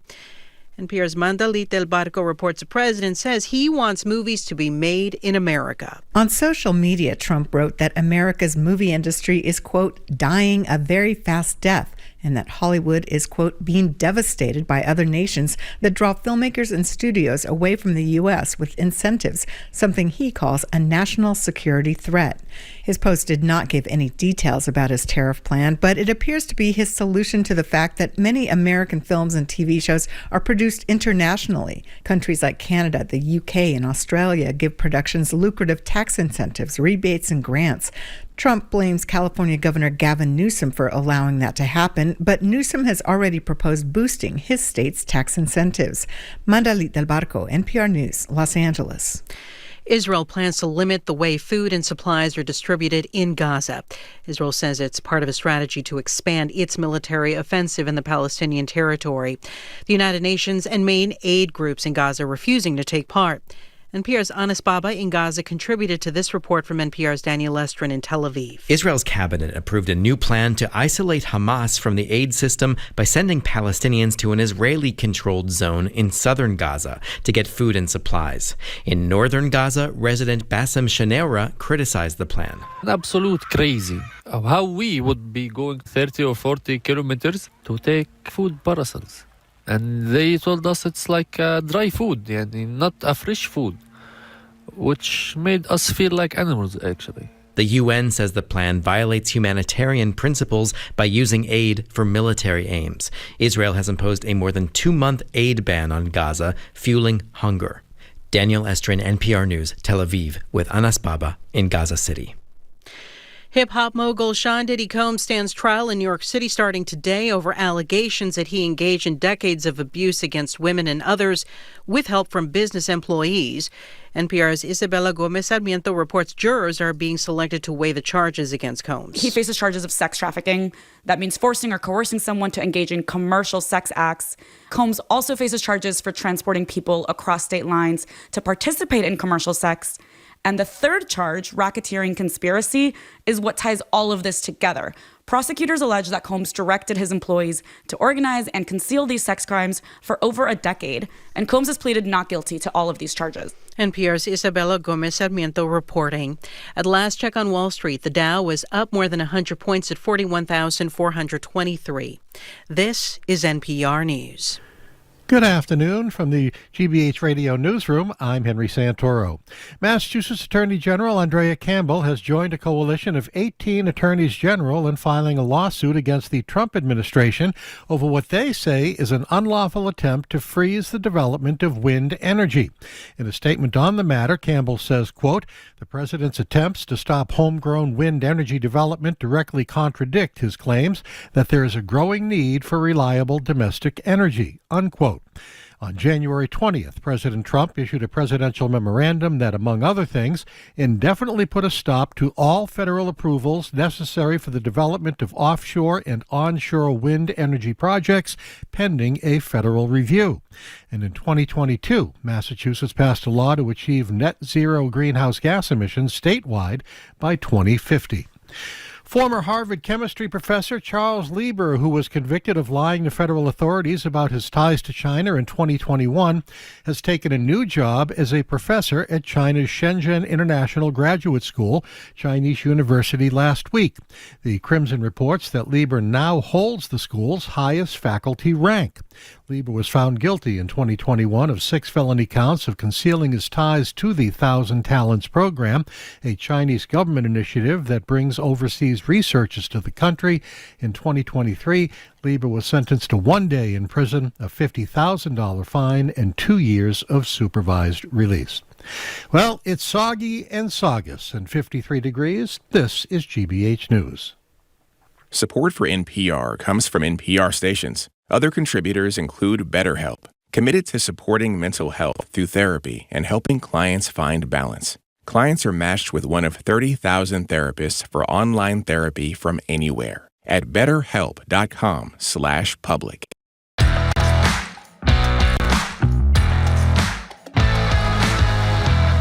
Welcome to Hour 2 of Boston Public Radio. I'm Jim Browdy. Marjorie Egan is still not here. Can we show Marjorie Egan just so people who miss her feel? There she is. Well, there she isn't, but there's a photograph of her. She is reportedly on her way. We are streaming at youtube.com/GBH News. We are back at the library tomorrow, Wednesday, and Friday. On Friday, Governor Healy joins us for an hour to take your questions. On the 13th of May, the Attorney General joins us for an hour. And by the way, also on the 13th, for the first time, Mayor Wu's principal challenger, Josh Kraft, will join us at the library as well. So if you're as big a fan as Jeopardy as Marjorie and I are, then you were watching the show about 2 weeks ago when comedian Kamau Bell clinched the Celebrity Jeopardy final. What did you wager, Robin? 11,701 knocks you down to second place with 3,799. And guess what? It makes Kamau Bell our Celebrity Jeopardy champion for the season. By the way, congratulations. Thank you. I am so jealous I cannot see straight. We're joined now on Zoom by Kamau Bell, who hosted the Emmy Award-winning United Shades of America on CNN. He's back to stand-up, taking his tour Who's With Me across the country, including to the Wilber on May 23rd. For more info and tickets, go to thewilber.com. Kamau Bell, as I said, I am jealous in every corpuscle or whatever. How great was it? Welcome, by the way, and how great was that? It's the best. It's one of the best things that's ever happened in my career. It'll be in my obituary. I'm not going to stop bragging about it. I mean, although to be fair, smartest celebrity is like strongest 2-year-old, but whatever. I will take it. Tell the story about how this even defies credibility to me, but I've read it in a couple of places. Tell the impact your 10-year-old daughter had on your $1 million victory. Well, yeah, it's funny. I'm actually coming to you from her room because that has the best lighting right now. So maybe. So on the way to Jeopardy that morning, I was with my 10-year-old and my 6-year-old, and my 10-year-old daughter was like, well, how does it work? And I explained the whole thing. They give you the answer. You ask a question. And sort of to practice, I sort of explained, we can do it with let's do it with Olivia Rodrigo questions. And so we did it. I nailed the category. And then when you get to Jeopardy, they say, well, how'd you prepare? And so I told this story. And then Ken asked me the question about Olivia Rodrigo. And then they cut to her in the audience looking both proud and embarrassed, as a 10-year-old should, when her dad is showing her off. It's so great. And then, a couple, I don't know, like a couple segments later in Hit Makers of the 2020s, the question was Olivia Rodrigo's hit song. And even Ken went, whoa! He was like, what's happening here? And I've never felt so much pressure in my life. And I've made documentaries about Bill Cosby and talked to the KKK, but I've never felt more pressure in my life than when I had to and make sure I got in to answer driver's license. Yeah. You gave the $1 million was to go to a charity. Explain what you chose and why you chose what you chose, Kamau. So the charity is called Donors Choose, donorschoose.org. And I've been on the board for several years now, but I started out as a fan. It is a way to cover the gap for public schools. Most teachers, the vast majority of teachers in all schools, go into their pockets at some point to provide supplies, books, snacks, something that their kids need that the schools don't, that the school budgets don't cover. And so Donors Choose a way for teachers to say, hey, I need some books, I need some snacks, hygiene products, I need a tuba. And it's for a way for people like you and me to support public school teachers. And who knows, right now, I mean, as we all know, they need their support, our support right now a lot. I'm declaring myself the People's Secretary of Education since the current one's not doing her job. Well, we're big supporters of public education on this show. But I know this guy who I wasn't aware until yesterday actually grew up for a few years in Boston, who went to this ritzy private school here, the Park School. You ever heard of the Park School? Or you probably never heard of the Park School. He actually went there with a man named David Kraft, who is the son of Robert Kraft. Is that true? That's true. How'd you end up? I didn't even know. Nobody knows this. This is the first time I've ever talked about it. Well, first of all, I didn't know you had a Boston connection, which is thrilling, I should say. Yeah. How many years did you live? It's a homecoming. It's homecoming, everybody. Yeah. How many years did you live here? How many years did you live here? 6 years. Like 8 years, 4 to 12. And how'd you end up at the Park School? My mom is one. So my mom was born in 1937 in Indiana when the schools were integrated. And her education was so poor once the schools were integrated, she always prioritized my education. So if she put me into a school that she felt like I was not getting what I needed, she was like, I'm determined to get my child a good education. So we had tried out a couple of other schools, and then she found the Park School, and she was just like, this is the best education my child can get. And I will teach him about all the black stuff at home that he's not going to get at this school. Well, speaking of that, I heard you describe yourself as a student at the Park School as the other black kid. Is that not how you describe yourself? Yeah, there's another kid named Dana Jackson who actually works in showbiz too. That's unbelievable. Me and Dana talk about. I was like, he was the other one. Dana was the other one. He was the more popular one. So, Kamau Bell, we are actually, both Margie and I are big fans of yours, and we were talking about you in the context of a discussion we've had on the show on a couple of occasions.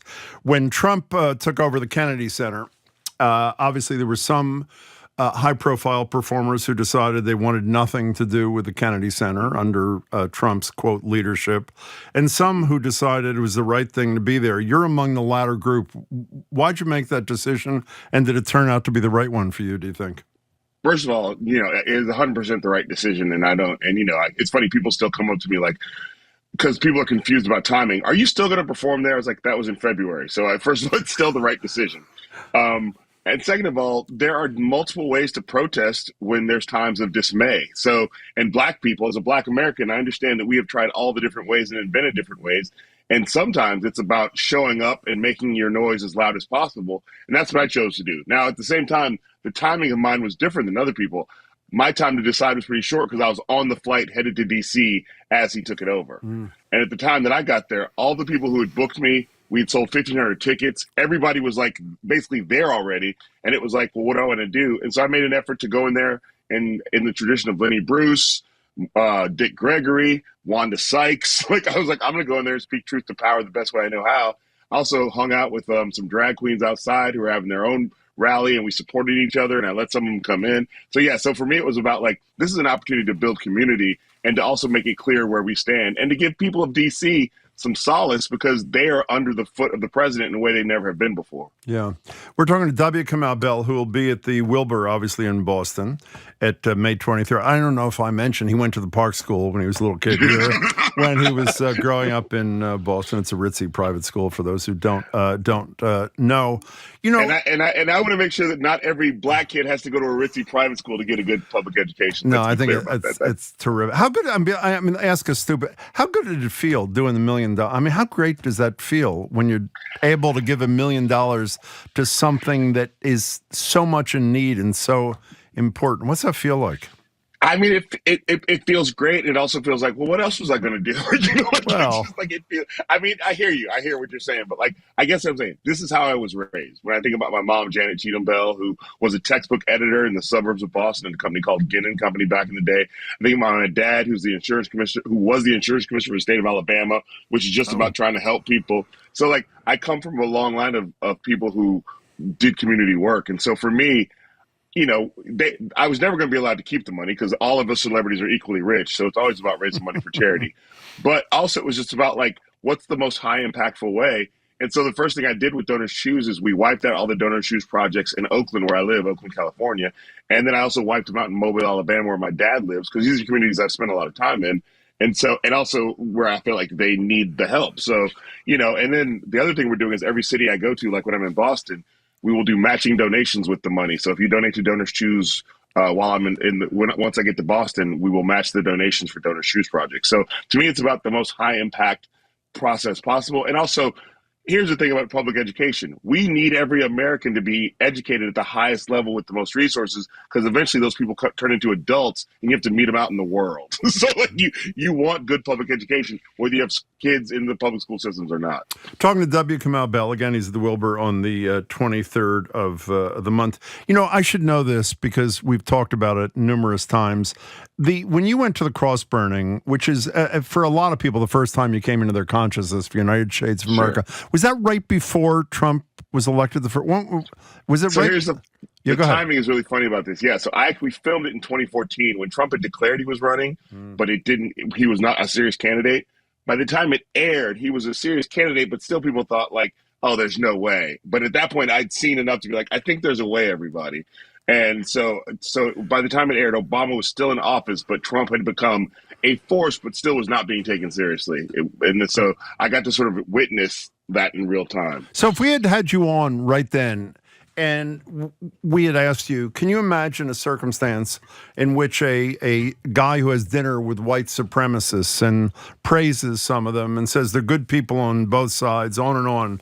If I'd said to you, is there any chance a person like that could ever be elected president of the United States? Oh, and by the way, someday he'll be a felon and a sexual abuser, according to a civil finding. What would you have said? Well, luckily, I'm on record saying, be careful, everybody. Me and actually a prominent Bostonian, Adam Mansbach, who lives out here now. He's a writer. He wrote Go the F to Sleep. We wrote an op-ed for Slate, I think it was, saying basically in 2015, like, hey, basically white people, come get your boy, because I sort of feel like black people are always in charge of our people. Like I made a 4-hour doc about Bill Cosby, and right now I'm being asked Kanye West questions whether I want to or not. And so the idea being that like it felt like he was on his way, and we believed that he was a force to be reckoned with. And I remember when it really landed with me, I was in Berkeley, where I used to live, and an old hippie in Berkeley was like, yeah, we thought Ronald Reagan had no shot at being president either. And that's when it really landed with me, like, yeah, because he was some B actor. How's he going to be president? That this was a thing that could happen. So absolutely, I would have said, be careful. And you guys would have, not you, because you're smart, but a lot of people were like, oh, I wouldn't go that far. Yeah, I didn't go to the Park School. I did go to Friends Select in Philadelphia for 4 years, so I guess that puts me somewhat in the same category. You know, you've mentioned Cosby a couple of times. I wasn't going to bring it up, but since you brought it up, and I did see it, he called our show a couple of times. We went to the same high school in Philadelphia. He's a little bit older, and we sang the whatever the hell, the sports song, what is that called? The song for the school kind of thing. You took a lot of crap on all sides, because I'm going to characterize what you did, and you feel free, obviously, to tell me that's a mischaracterization, was not only to describe the underside of Cosby, the sexual abuser, rapist, etc., but what Cosby on the earlier part of his life had done for America, particularly for Black America. You took crap on all sides for that, did you not? Yeah, which is why I could handle the Kennedy thing. If I could survive that, which I did.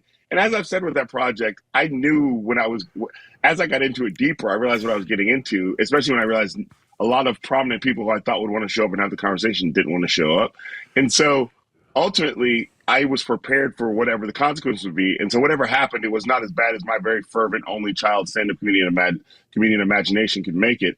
And the best case scenario for me, Lily Bernard, who was in the film, a survivor of Bill Cosby, who actually acted on The Cosby Show, said that the amount of online hate she gets has gone down significantly since the doc came out. And so I'll take whatever crap I have to take if that's going to make survivors' lives easier.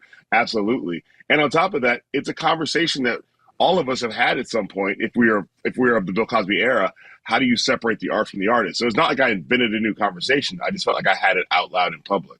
I thought it was terrific, actually. We're talking to Kamau Bell. So, Kamau, when Marjorie and I talk about, I was going to say the worst of Donald Trump, but that's sort of repetitive, obviously. When we talk about it, we try to not be so deadly serious all the time that we become preachy and literally cause people dig themselves in a hole and never come out. And while we're not comedians for a living, we try to be funny when we can. We take a lot of crap from some listeners saying there's really nothing funny about racism, about xenophobia. I can go down the list. How do you deal with, I mean, obviously you are a comedian and an activist and all these other things. Do you have any problem with that, or are you able to? Well, if we didn't think there was anything funny about racism, homophobia, transphobia, xenophobia, then we shouldn't have invented the modern era of stand-up comedy, because it was all based on attacking those things. So if there's nothing funny about that, let's delete Lenny Bruce's catalog, George Carlin's, Dick Gregory, a lot of Richard Pryor, like, again, Margaret Cho, Wanda Sykes, Bill Hicks. Oh, Jimmy Tingle. Jimmy Tingle's got to go. We love Jimmy, local boy. No, he's got to go. Sorry, Jimmy's got to go, because we're not going to talk about real things anymore. So sorry, Jimmy, I'm canceling you. What do you talk about in your show? What do you talk about? All the things we're talking about here. I mean, my show is probably divided into two parts. One part is about current events as I see them and how to sort of like, as I open, I say my New Year's resolution was to be more petty. So I'm going to make fun of all these people every opportunity I get. Michelle Obama said, when they go low, we go high. And then she said, when they go low, they went too low. So I'm not going to the inauguration. So that I take that from Michelle Obama. Let's be more petty. And then I talk a lot about being a Gen X dad who's got an 87-year-old mom and 3 young kids, 13, 10, and 6, and how I'm navigating that as it feels like the world is falling apart. So it's an uplifting good time. And at the end, it ends on a sing-along. I wish I was joking, but it's true. So the world is falling apart. And while I think it's totally not only fair game, but essential that people talk about what Trump is doing that's anti-majoritarian and every other kind of thing, including unconstitutional, which we were talking about earlier the day with his comments on Meet the Press lately. One shouldn't forget that a majority of people, well, actually a plurality, almost the majority, decided that Donald Trump, knowing almost everything about him that we know 100 plus days in, decided he was the right person to lead this country. And while all those polls on the 100-day mark suggested the infatuation was waning, nevertheless, they wanted this guy to lead this country. What'd that say to you? I mean, I think this is what I say to my friends when they get frustrated with those people. We, and I'm including you in this, don't sometimes forget that the vast majority of people on both sides aren't paying that close attention to the ins and outs of the news. That they're really informed mostly by popularity contests. And that's proven by the fact that on the day of the election, there was a Google spike in people asking, why isn't Joe Biden on the ballot? So what that tells me is that most people, and I understand their lives are too busy, the news is too bumming, too stressful to not pay attention. And so they just go, I just like that guy more than I like that lady, which is not really a great way to vote. But we've seen even teachers, and I have all this empathy and love for teachers. There's some teachers who voted for Trump who then realized, I should have done the reading, which is like a little bit scary. But the idea being that, like, I'm asking these people, now that you know, what's your next move? Now that you know, what's your next move? So I will sort of like allow that happened. But now that you're like, let's say you're an importer, as this guy, there's a guy, I think someone in your area of the country who was importing dairy, and he got the tax bill and the tariff was on it. And he was like, doesn't Canada pay that? And they were like, no, you pay that. And then he realized he had set up a contract so that he wasn't even allowed to raise his prices because it was a contract set up.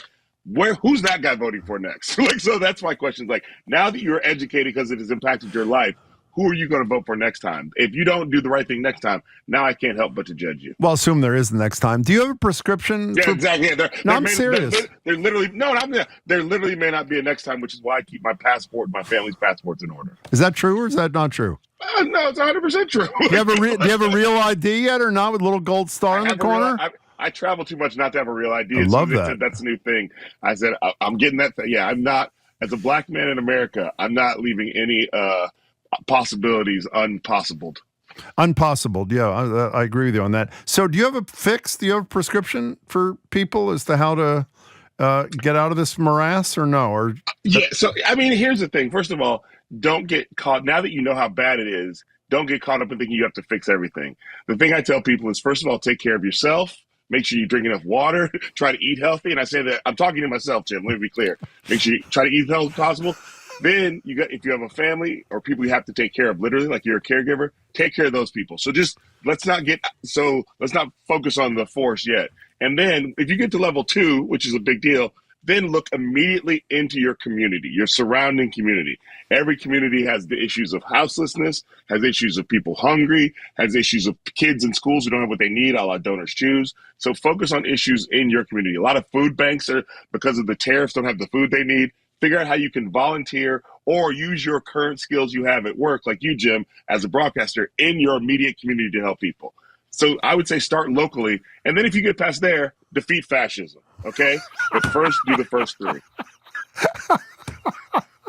Do you follow? I mean, we are the ultimate hypocrites. There are no bigger hypocrites in media in America than Marjorie and me. I mean, we eviscerate Jeff Bezos for an hour, and then we have to end it because we got to go on Amazon and buy something. Do you follow your own advice, or is it too hard to take? I do the best I can. I think that's what we have to understand. Like, even when you talk about boycotting things, like, I understand that, like, I may start to go, I'm going to try to shop at Target less, but it's not actually a boycott because there are people in this country who the mom and pop store is Target and Walmart because they closed all the mom and pop stores. So I definitely am a person who I'm doing the best I can. Have we shopped less at Target and Amazon than we used to? Absolutely. Are there times you're like, this is the only place I can get this one thing, and so I'm going to do it? Do I shop at local bookstores more than I used to 2 years ago? 100%. I'm happy I have the privilege through my finances to pay the full price for that book that Amazon is discounting 40%. Do I understand that some of my fans have to go to Amazon, even though I recommend they go to bookshop.org? Sure. But I definitely am doing the best I can. And we talk about it in our family about, like, all right, we have to try to find other means. And if we're not, we're doing the best we can. You know, I don't know you I only know you from afar and from the last 25 minutes. You appear to be, we're best friends. We're best friends. Well, I feel that way. You appear to be relatively well-adjusted. Are you? Or are you? No. You're not. Hold on, let me get my wife. She can take over from here. So, but that's an entree to this. If you were to say to me, we don't have to say to me, I'll say it myself. If I had to, someone said to me, what is the most terrifying thing you can possibly imagine doing in your lifetime? And I would say stand-up comedy. And is it terrifying? I mean, you've only done it 10,000 times, but is it terrifying or is it not when you do it for a living? No, it's still, I mean, every show, and, I'll have packed audiences often, and I still have this moment before I step on stage, like, whose idea was this? Like, so like there is still, like, I'm bringing my friend Dwayne Kennedy, who opens for me on the road, who's a way better comedian than I am, and sometimes, like, why did I invite him? But he's my friend, and I like him, and I really enjoy hanging out with him. Like, I could have brought somebody less funny. Like, so I'm always thinking about the fact that, like, whose idea is this? So, yeah, I mean, public speaking is still, like, many people's number one fear. But I think the more you can do it, and, like, my kids, we encourage them to do public speaking, not because we want them to be comedians. We want them to be happy in life. But we want them to get over that fear, especially as young girls. Like, I don't want you to be afraid to speak up and speak your mind. And the more you can do that, the better it is. But, yeah, it's certainly, like, I still have the tingle of, like, why would I do this? But I think if that goes away, I'm probably not also challenging myself. Because then I'm on stage, I get comfortable, and I start to say things on stage where I'm like, well, let me see how far I can push this. So I'm still always trying to put myself in uncomfortable positions for the sake of jokes. We're talking to W. Kamau Bell, noted graduate of the Park School and fabulous comedian. I don't think I graduated. I think I left in sixth grade. I don't care what you did. Whatever you did, you did a good thing. I can't wait to see you on the 23rd. Marjorie's going to say she's sorry she missed you. We'll see you on the 23rd. Kamau, really appreciate your time. Big fans of yours. Thanks so much. Really appreciate it. W. Kamau Bell, again, at the great Wilber Theater on what day? On May 23rd.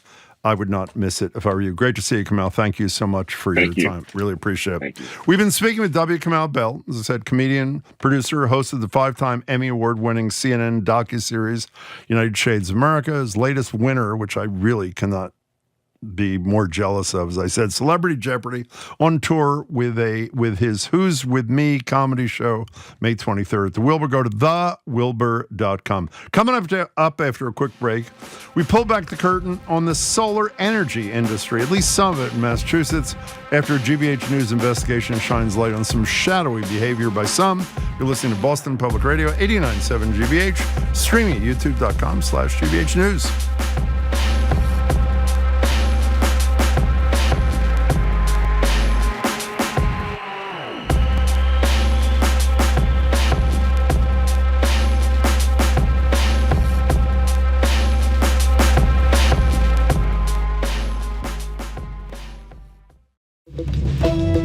I'm Arun Roth. Coming up on GBH's All Things Considered, Boston City Councilor Tanya Fernandez Anderson is heading back to federal court to plead guilty to corruption charges.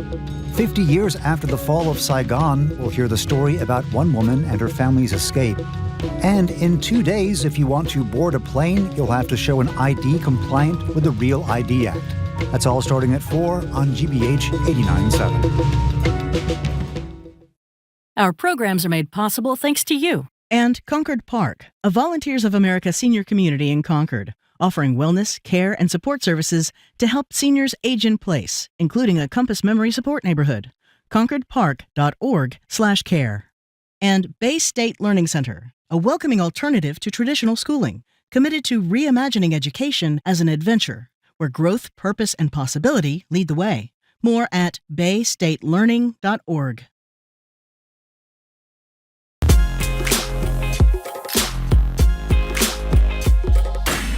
Welcome back to Boston Public Radio. Jim Browdy. Well, not really Marjorie Egan. She is going to be here today. The show runs till 2. She'll be here before it's over.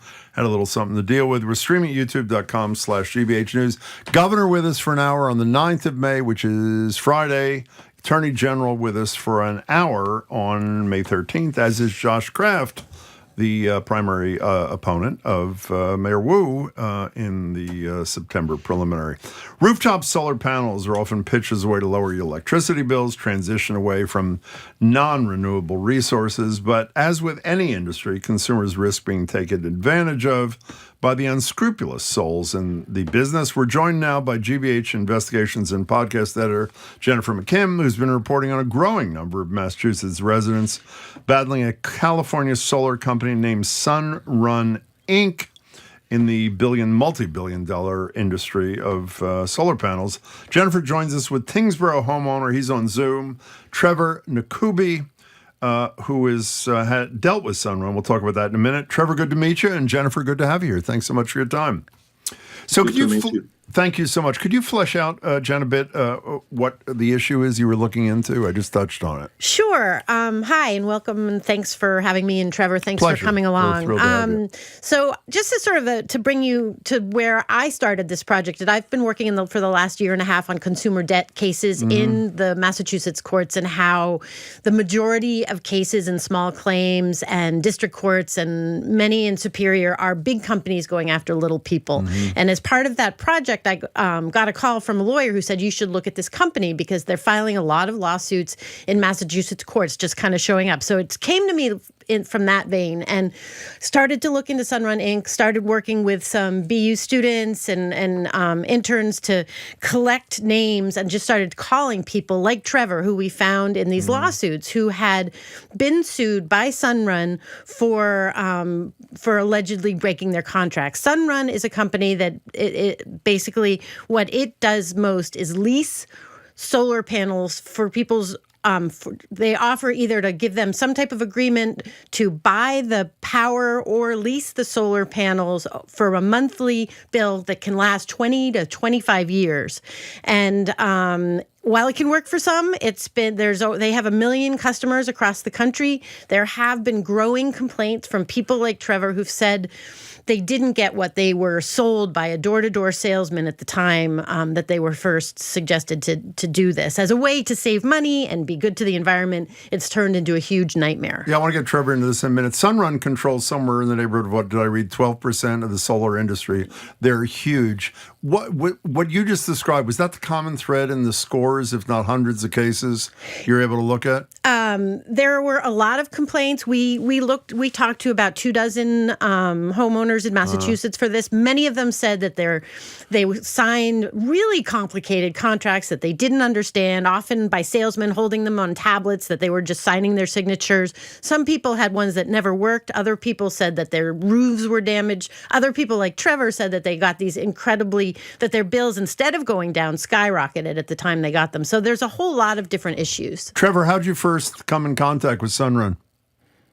I actually came in contact with Sunrun it wasn't actually Sunrun, it was Vivid Solar originally. Mm-hmm. So I came in contact with them through a co-worker that I used to work with who had got the same, product from a salesperson from Vivid Solar, not really Sunrun. Mm-hmm. So originally it was Vivid Solar that I think either sold out or transferred their name to Sunrun. I'm certainly not so sure about that. Sunrun acquired Vivid in 2020. Oh, they did. And what did you think you were agreeing to, Trevor? What's the deal you thought you had? So my thought, or my agreement that I thought I had was I was going to produce X amount of energy or electricity, and whatever I would not use would go back into the system, and then I would get a credit, whether it was monetary or whether a credit that would go towards my future bill. But you were wrong. In fact, you were their contention, correct me if I'm wrong, is you were responsible for paying for all the energy that was produced by the panels, even if it was not energy you were consuming. Is that right? Yes. That's what I actually found out afterwards. That I was paying for my production, but not my usage. And my understanding is when I saw the number, I thought it was a typo. They sued you for $90,000. Is that true? Yes. How'd you feel when you heard that? I couldn't believe, because I asked the salesperson at the time when, he was putting this deal together, and I think their cost was between $22,000 and I think $26,000. Well, I'm going to get back to you. Buying, installing, paying for the labor and everything. Yes. We'll get back to you, find out what happened in a second here. His case is not aberrational based on your research. No, right? Not at all. And that's what is so kind of mind-boggling. So many parts of it. This idea that someone would be agreeing to pay for all the energy produced by their solar panels, even if they don't use it. And then second, if they break their contract, that they're responsible, according to this long contract, to something called a make-whole number, which is really what they agreed to pay for 25 years. So that's what that 90,000 was. That's what that number is. And I hesitate to even ask this, but I'll try. Is the legislature aware of this, and do they intend to do anything about it? I mean, we've talked about other energy issues. For example, this third-party electricity bill, which was getting rid of it, which was supported by the Attorney General, was the champion. Virtually every leader in Massachusetts supported it, and then we found out that the key chair of an energy committee was dating the lobbyist for one of those primary third-party electricity things. And shockingly, the bill never happened. And rather than being demoted, he was actually promoted after that came out in the Boston Globe. Does the legislature show any interest in fixing this? So that's what's really interesting about this topic, is it's so very new, because solar has become really, like, the numbers of people getting these things on their roofs, the people trying to sell them, the numbers are really exploding. And with that are coming a whole much bigger number of complaints, which they are hearing in the legislature and which they're hearing in the AG's office. There was, for the first time this year, filed legislation.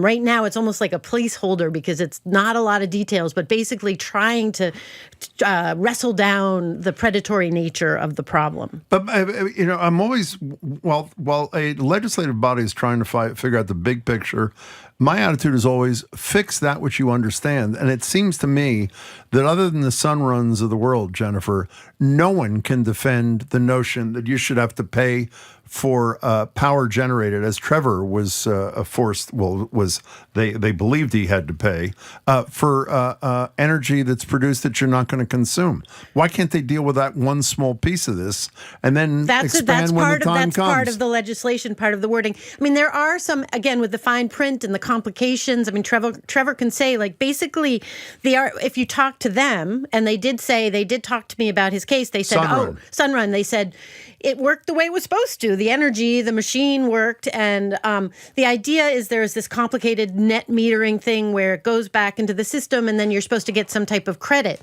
But Trevor said when he talked to Sunrun, they said, oh, you have to go talk to National Grid. National Grid said it's not due you. It goes to the company. I'm still trying to unravel that to figure out if there's any way that these credits would go back to the company. No one's really been able to answer those questions. So, Trevor, we let people hang when you were being sued for $90,000. What happened here? So what happened was I had a couple of things that I was going through myself in my life. I tried to look for a lawyer around. Most of the lawyers that I talked to, either they saw that it wasn't something that they would pursue, or it would take a lengthy period of time. Because one lawyer was honest, he told me, such cases take years. And, some lawyers don't really want to spend not a lot of time, but, a lengthy 2-3 years for a case like that.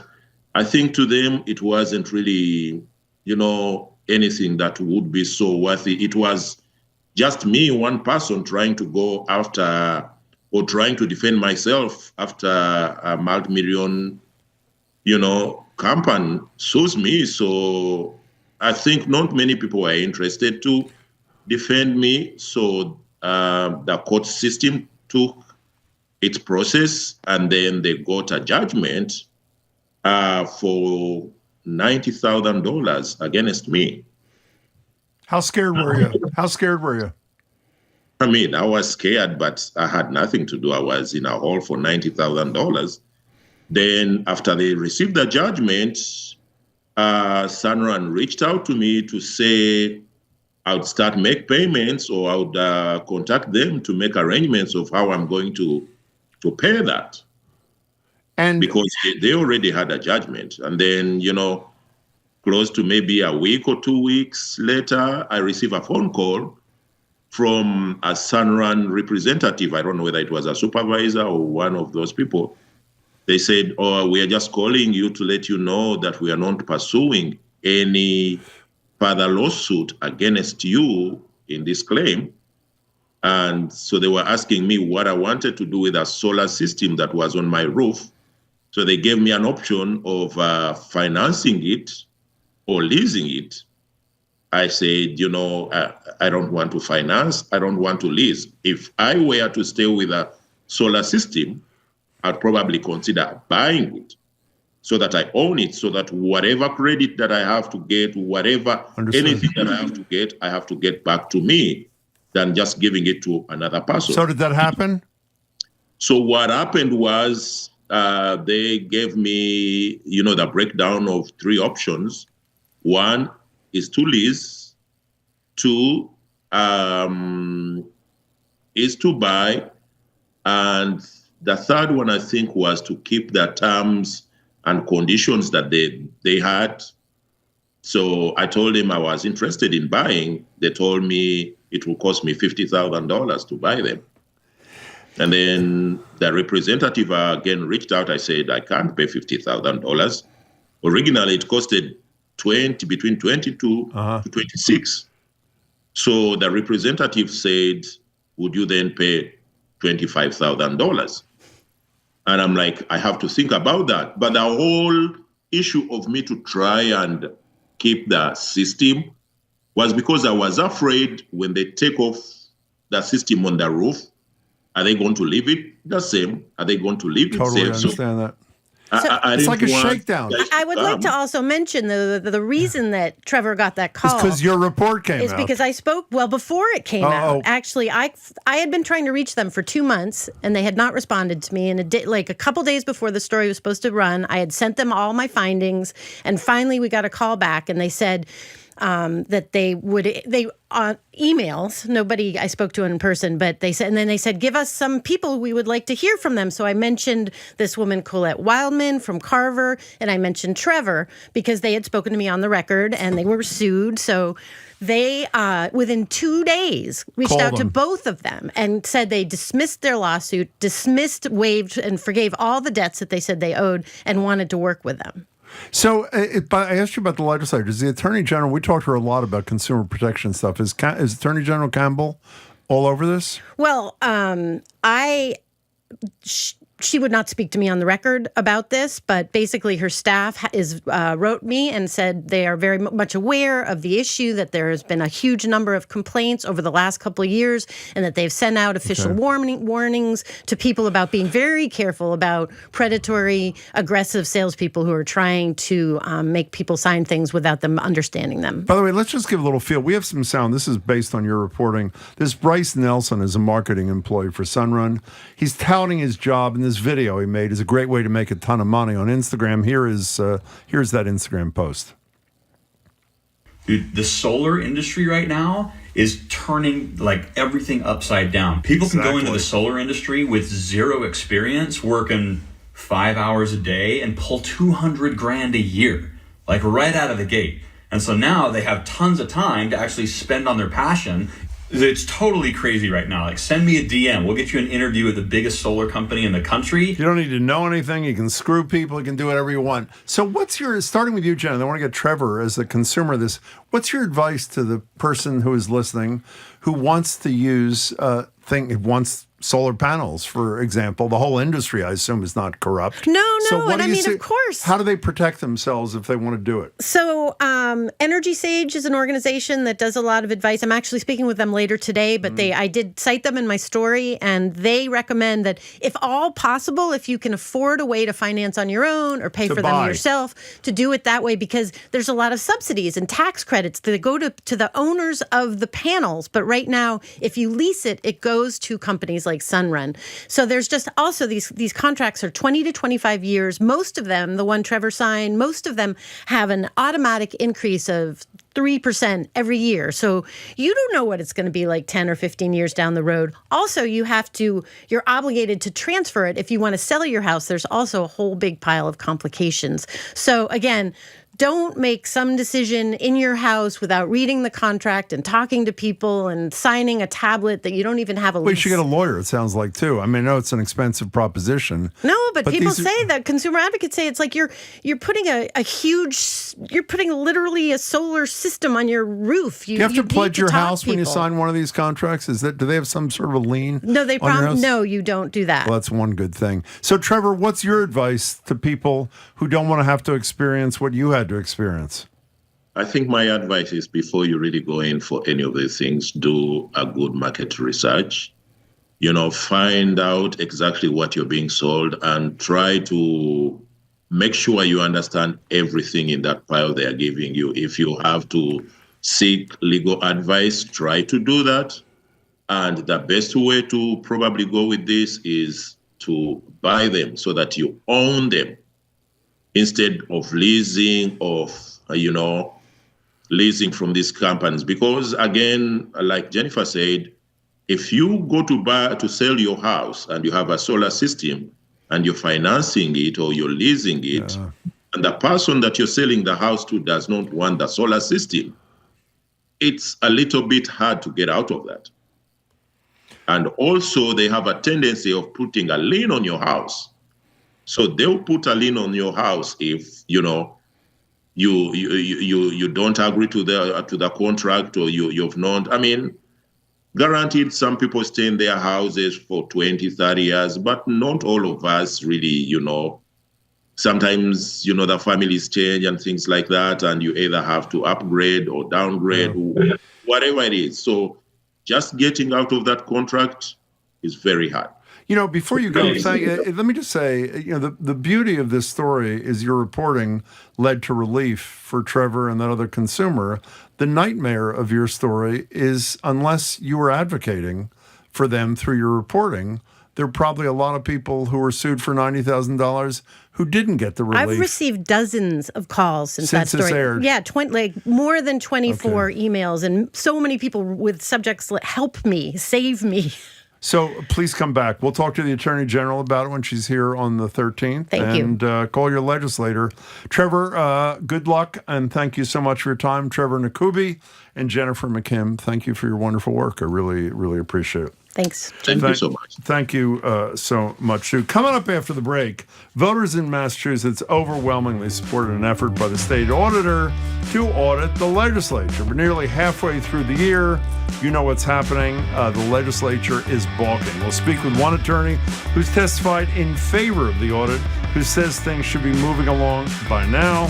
You're listening to 89.7 GBH, Boston Public Radio, streaming youtube.com/GBH News.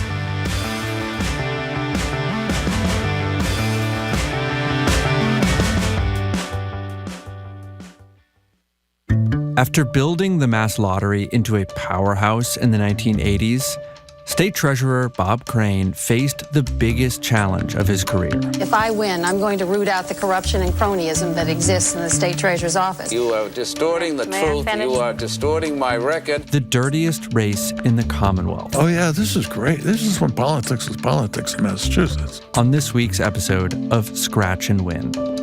Tomorrow night at 9 on GBH 89.7. Support for our programs comes from you.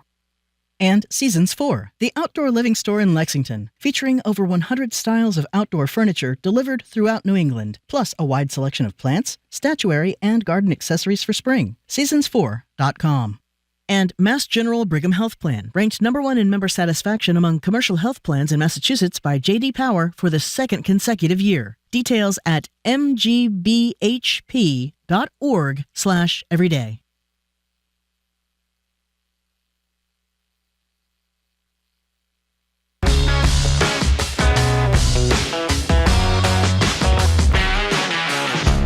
Welcome back to Boston Public Radio. Jim Braude. Marjorie is actually going to be here in the next 30 minutes. She's on her way. We're streaming youtube.com/GBH News. Governor joins us for an hour on Friday. Attorney General, particularly relevant to this conversation, joins us for an hour on May 13th. In November of last year, Massachusetts State Auditor Diana DiZoglio took her effort to review the legislature's finances and other things to the voters through a ballot question. As you know, it passed by a narrow 72% margin. But here we are 5 months into 2025.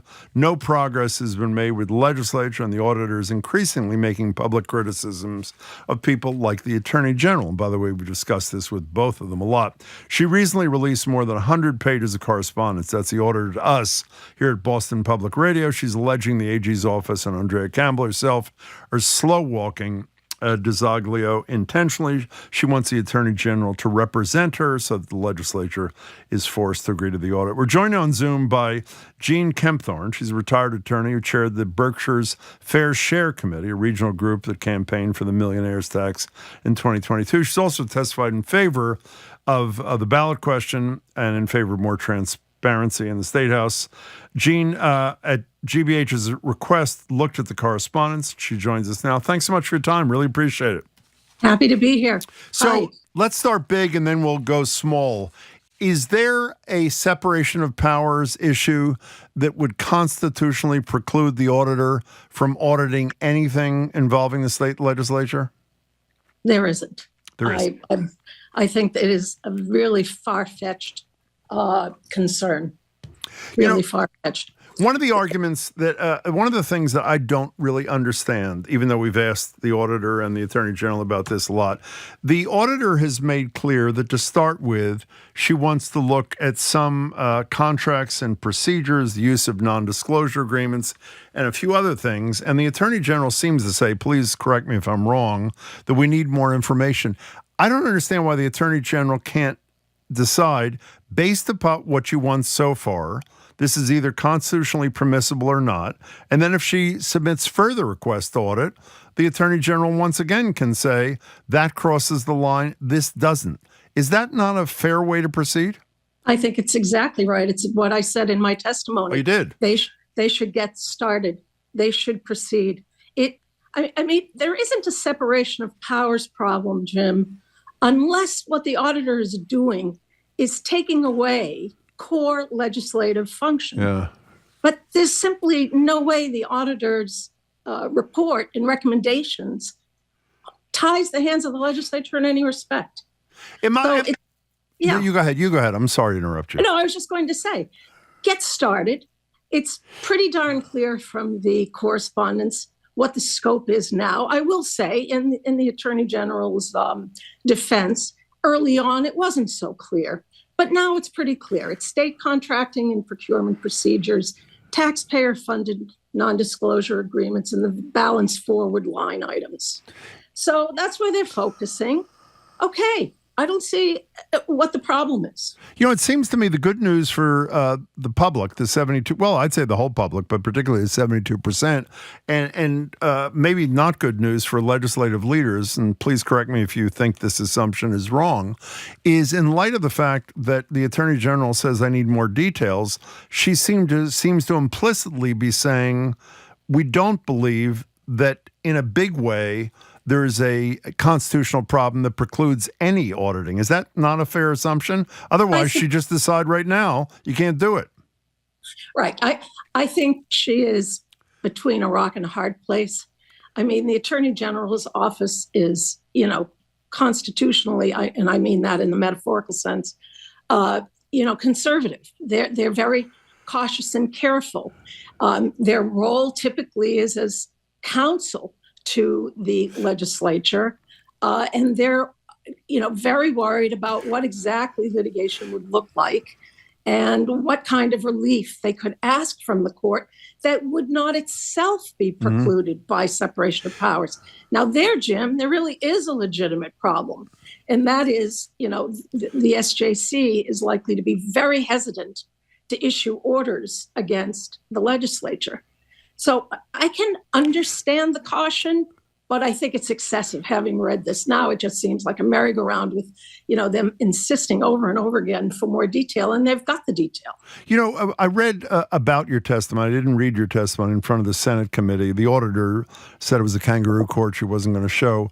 And you made what I thought was a wildly interesting argument, assuming I understand it correctly, that I think you said that the SJC has made it clear that legislatively there's the power to expand the ability of an auditor to look at certain things. And you seem to be saying that by virtue of the vote, and as we've said 1,000 times in the show, a law made on the ballot is exactly the same as a law made through the traditional legislative process.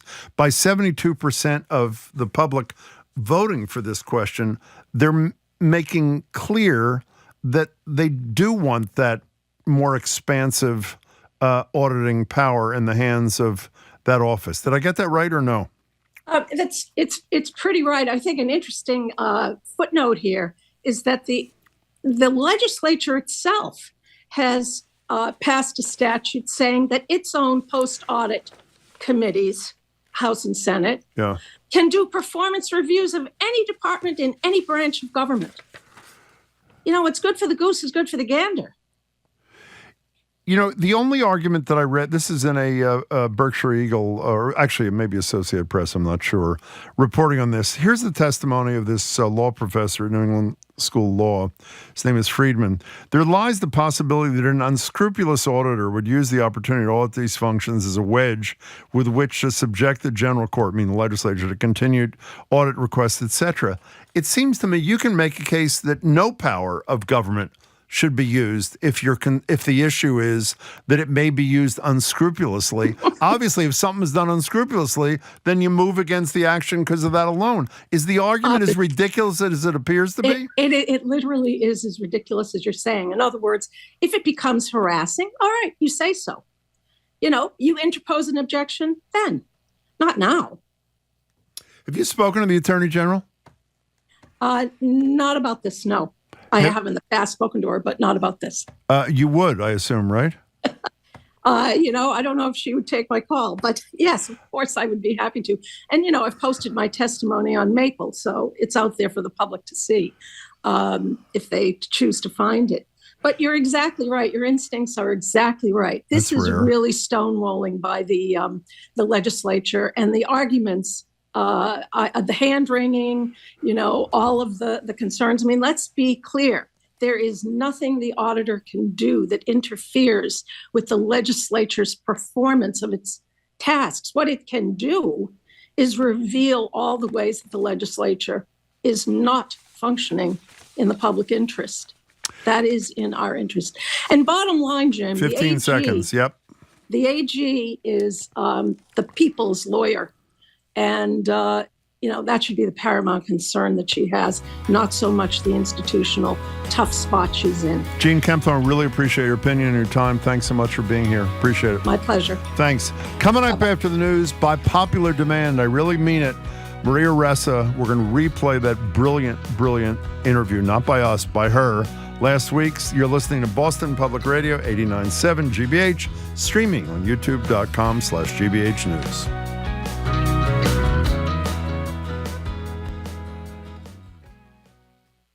The best way to support your GBH radio listening is by becoming a GBH sustainer. It takes just 2 minutes to enroll and a few dollars a month on your credit card. Small monthly contributions, huge impact. Learn more at gbh.org/sustainer. Support for GBH comes from you and Bridgewater State University, helping create jobs for Massachusetts. BSU's skilled graduates are recruited by today's industry leaders, elevating business in Boston and beyond. bridgew.edu/elevate. And Boston Ballet, presenting Spring Experience, a program that showcases the range and beauty of ballet today, featuring works by Mikko Niskanen and Jiri Killian, opening May 15th at Citizens Opera House. Tickets at bostonballet.org. You're listening to 89.7 WGBH HD1 Boston. Online at gbhnews.org. GBH News. What matters to you? I'm Jim Browdy, ahead on Hour 3 of Boston Public Radio. Nobel Peace Prize-winning journalist Maria Ressa joined us last week on holding the line against autocracy and the bully tactics of the current president. And apparently neither could you, so we'll replay our recent conversation with her. And then it's the 75th year of Dunkin Donuts. We'll ask you to wax poetic about the coffee and donut change originated in Quincy. What's your order? An old-fashioned donut or a ham and cheese pretzel slider? Black coffee or large ice with 11 sugars, 3 creams, and yes, there's even a Jordan Hudson angle to explore here. It's all next on the third hour, Boston Public Radio, 89.7 GBH.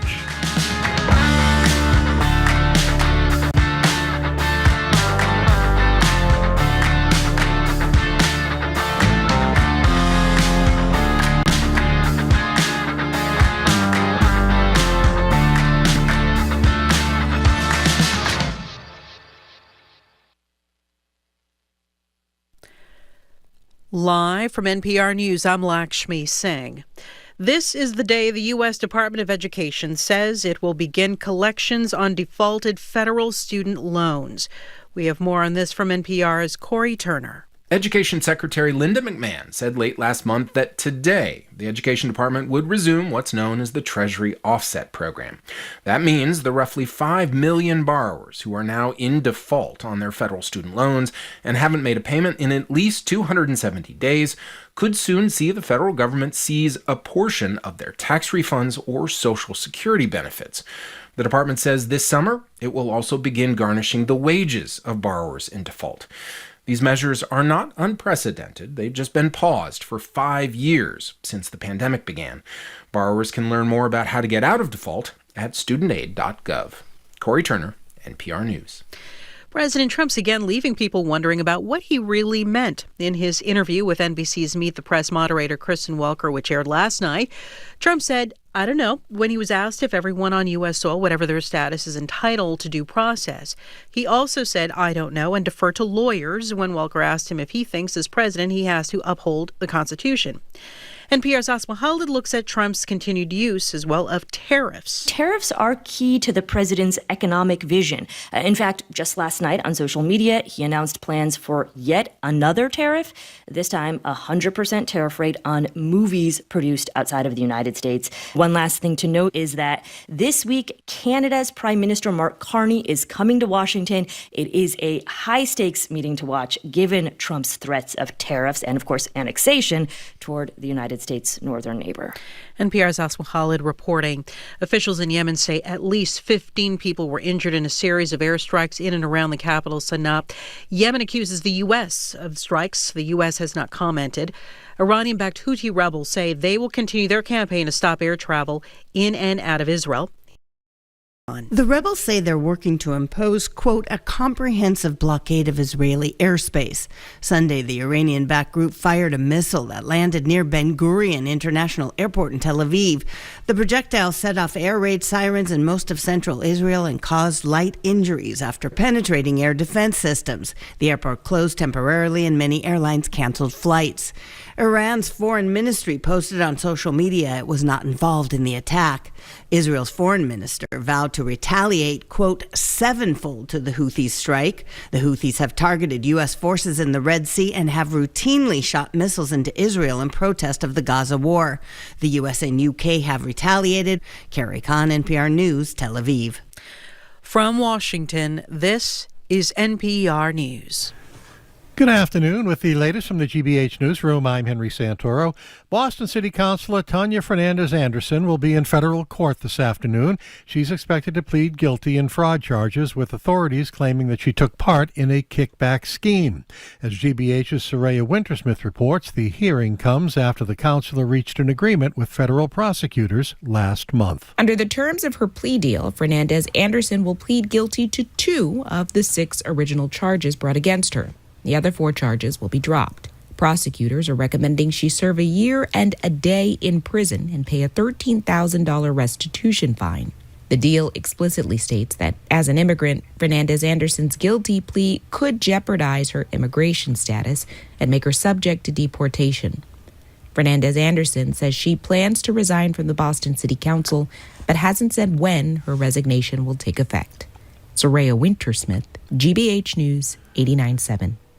It's day 9 of Karen Reed's second trial in connection with the death of her boyfriend, Boston police officer John O'Keefe, in Dedham's Norfolk Superior Court.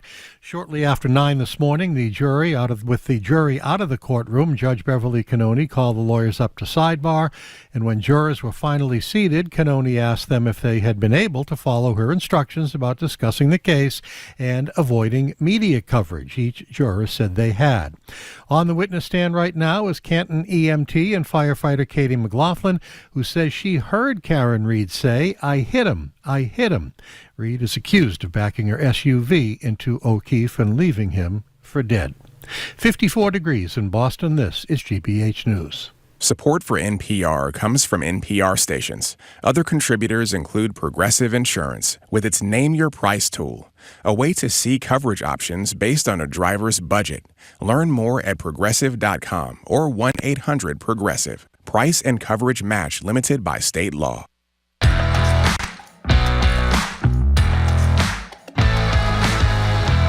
Welcome back to Boston Public Radio. Welcome to hour 3, actually, of Boston Public Radio. Jim Browdy, and for the first time, I can honestly say, and Marjorie Egan, do you want to say hello or you don't want to say anything? Want to say hello? Hello. Hi. Okay, that's good enough. I think that's plenty. We're streaming at youtube.com/GBH News. She is here. We're back at the library tomorrow, Wednesday, and Friday. Friday, the governor joins us, by the way, for an hour of Ask the Governor. So we started the show getting your thoughts. Well, we didn't. I did. On this little concept of constitutionality and our current president's flirtation with burning it all down.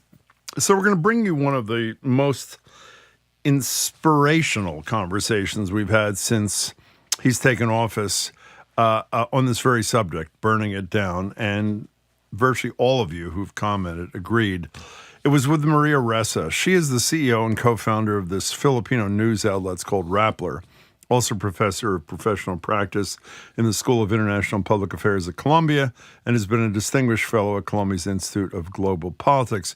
Her work documenting human rights abuses from the country's authoritarian president, who's now in jail, by the way, Rodrigo Duterte, brought her an unimaginable amount of scrutiny, including numerous charges and court cases aimed at silencing her and potentially 100 years in prison. And in 2021, her work brought her the Nobel Peace Prize. She joined us in the studio on Thursday last week as part of GBH's Media Summit. And so many of you have mentioned this, and it meant so much to me and Marjorie, we decided we'd bring it back to you. Here's Maria Ressa. Maria, it is an honor to have you here. Thanks so much for your time. So glad to be here with you both. Great. Well, Maria, we'll get back in a couple of minutes to all of what we have not been willing to sacrifice here in the United States for the truth. But just for people that don't know the whole backstory, talk about what life was like when you got into hot water with Duterte in the Philippines. Oh my gosh. So first of all, I feel like what I'm living through today in America is like deja vu. And I have PTSD. So it's like, what did we live through? Exponential attacks on social media, weaponized social media. Free speech used to stifle free speech. I was getting an average of 90 hate messages per hour, and it would astroturf and seed the meta-narrative that was used a year later to begin legal. So the weaponization of the law. So 2016, attacks on social media. 2017, 21 investigations by my government into our Rappler is about 120 people. And then after 2017, 2018 was the beginning of our SEC tried to shut us down in January of 2018.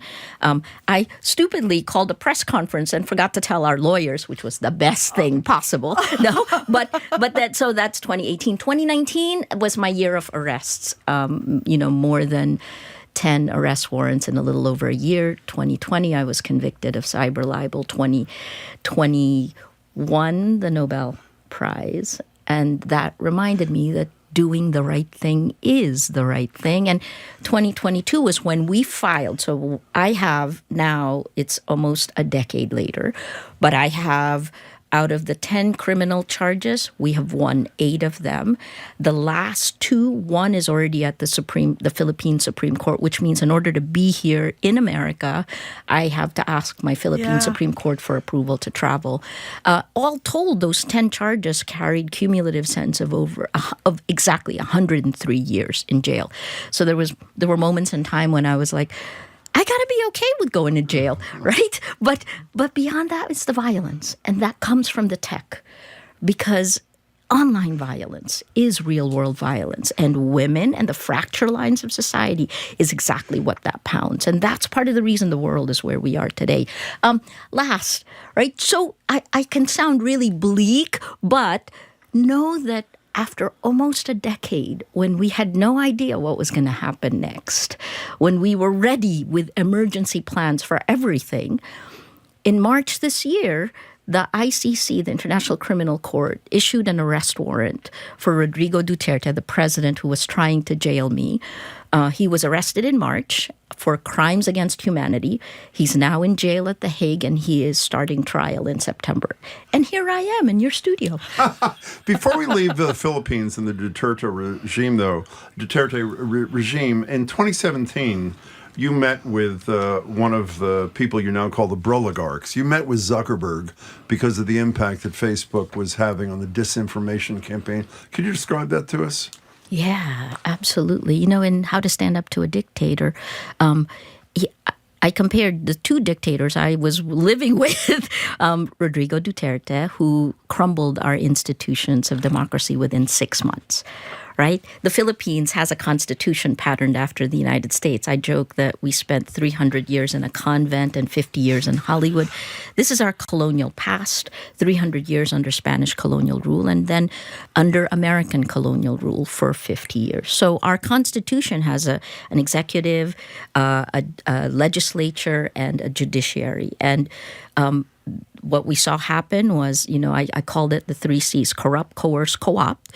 A very strong executive co-opted the legislature. And then, the judiciary then was last man standing, but not so well at that point, because if you think about it, the only way institutions stand is by the men and women who have the power to have the courage to stand, right? Anyway, so we'll go back. What you were asking about Zuckerberg. Yeah. Oh, so Zuckerberg was the other one. The Philippines for 6 years in a row spent the most time online and on social media globally until 2021. And Facebook, at the time when I met Zuckerberg, this was in San Jose at the F8 on the sideline. The Philippines at that point was 97% of Filipinos online were on Facebook. Facebook was our social media. Today, like a few years after that, it became 100%. So Facebook is critically important. I invited him to come to the Philippines, and I told him, 93% of us are on Facebook. Facebook can do tremendous good. He frowned a little bit, and I was thinking, did I say the wrong thing? And then he asked me, Maria, where are the other 3%? Yeah, so I believe that one. So who's the bigger dictator who was never elected? Mark Zuckerberg. And what was the message you were trying to convey to Mark Zuckerberg about the role of Facebook? That it could do tremendous good. But, you ran the clip from the Nobel lecture in 2021, and we did not do anything. Right? If anything, those 3 Ds, you saw that. I think this was the New York Times that first said it: deny, deflect, distract. That's exactly what big tech has done. And we have, actually, I would say both in the physical and the virtual world, the biggest problem we face globally is whether or not rule of law still exists. Because Putin attacking Ukraine, right? These are the norms. The international rule of law is broken, and we haven't yet gotten to the point where we hold people accountable. But here in tech, even worse in terms of impunity, data privacy is largely a myth today. Right? You have been cloned if you are on any of these social media platforms. What they'll say is machine learning builds a model of you that knows you better than you know yourself. As of last year, in May last year, Consumer Reports said Facebook alone has more than 2,300 different big data sets of every person on Facebook. Mm-hmm.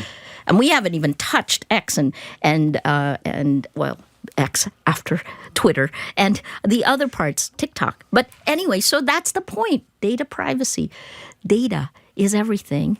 And the human rights we deserve in the physical world, we deserve in the virtual world. So get back to your first comment, Maria Ressa. Is Trump Duterte writ large? Duterte was Trump before Trump was Trump. Sorry. I mean, from my part of the world, right? And what you're seeing, I said this at the beginning, it's a little bit like deja vu and PTSD combined, because these are the ways democracy slides, right? It's first technology as an enabler and as an accelerant. I've said this over and over, the 3 things, because the design of social media prioritizes the spread of lies over facts. And if you use fear, anger, and hate in 2017 numbers in the Philippines, it spread 10 times faster, right? So without facts, you can't have truth. Without truth, you can't have trust. The only government that exists without trust is a dictatorship, right? But beyond that, we don't have a shared reality. Democracy happens in a shared reality. We have to listen as much as scream. And now we're challenging whether climate change exists officially, but also beyond that, you can't have journalism. You can't think slow. You cannot have democracy. So, yeah. You did an interview on Democracy Now! It's obviously relevant to this. Right after you'd come back from an international journalism festival, could you share with us a couple of things you said there about the percentage of the world's leaders who are authoritarians, and what I believe one of the leaders of the conference had to say about the fate of democracy in our country? Yeah, absolutely. Let's say, so what tech has enabled is the manipulation at the cellular level of a democracy, right? This was what I started with in the Nobel lecture. Do we still have agency? If we're insidiously manipulated, it's hacked our biology to change the way we feel. Fear, anger, and hate, the worst of who we are. If we change the way we feel, we change the way we look at the world, we change the way we act, we change the way we vote. right?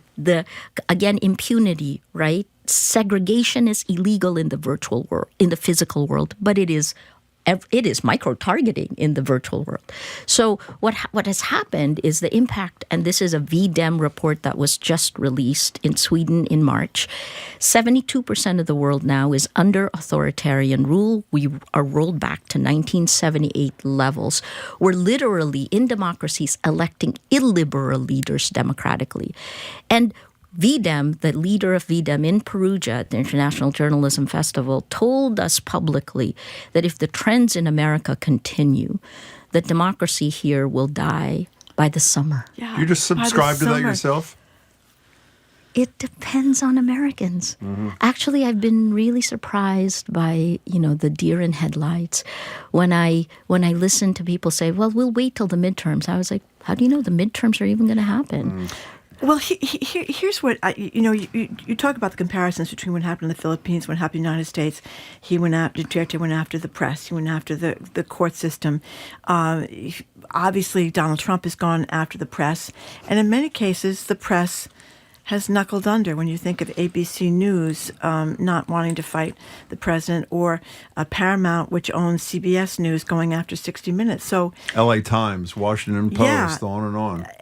But the courts so far have been standing up, but they're not holding the president. It wasn't designed that way, right? It doesn't happen fast enough. It doesn't happen fast enough, and they're not doing what they could do, which is hold people in contempt for not. The president is defying the court. He's defying the Supreme Court at this moment by not going. They want him to facilitate Mr. Garcia's removal from the prison in El Salvador back to the United States. He's not doing that.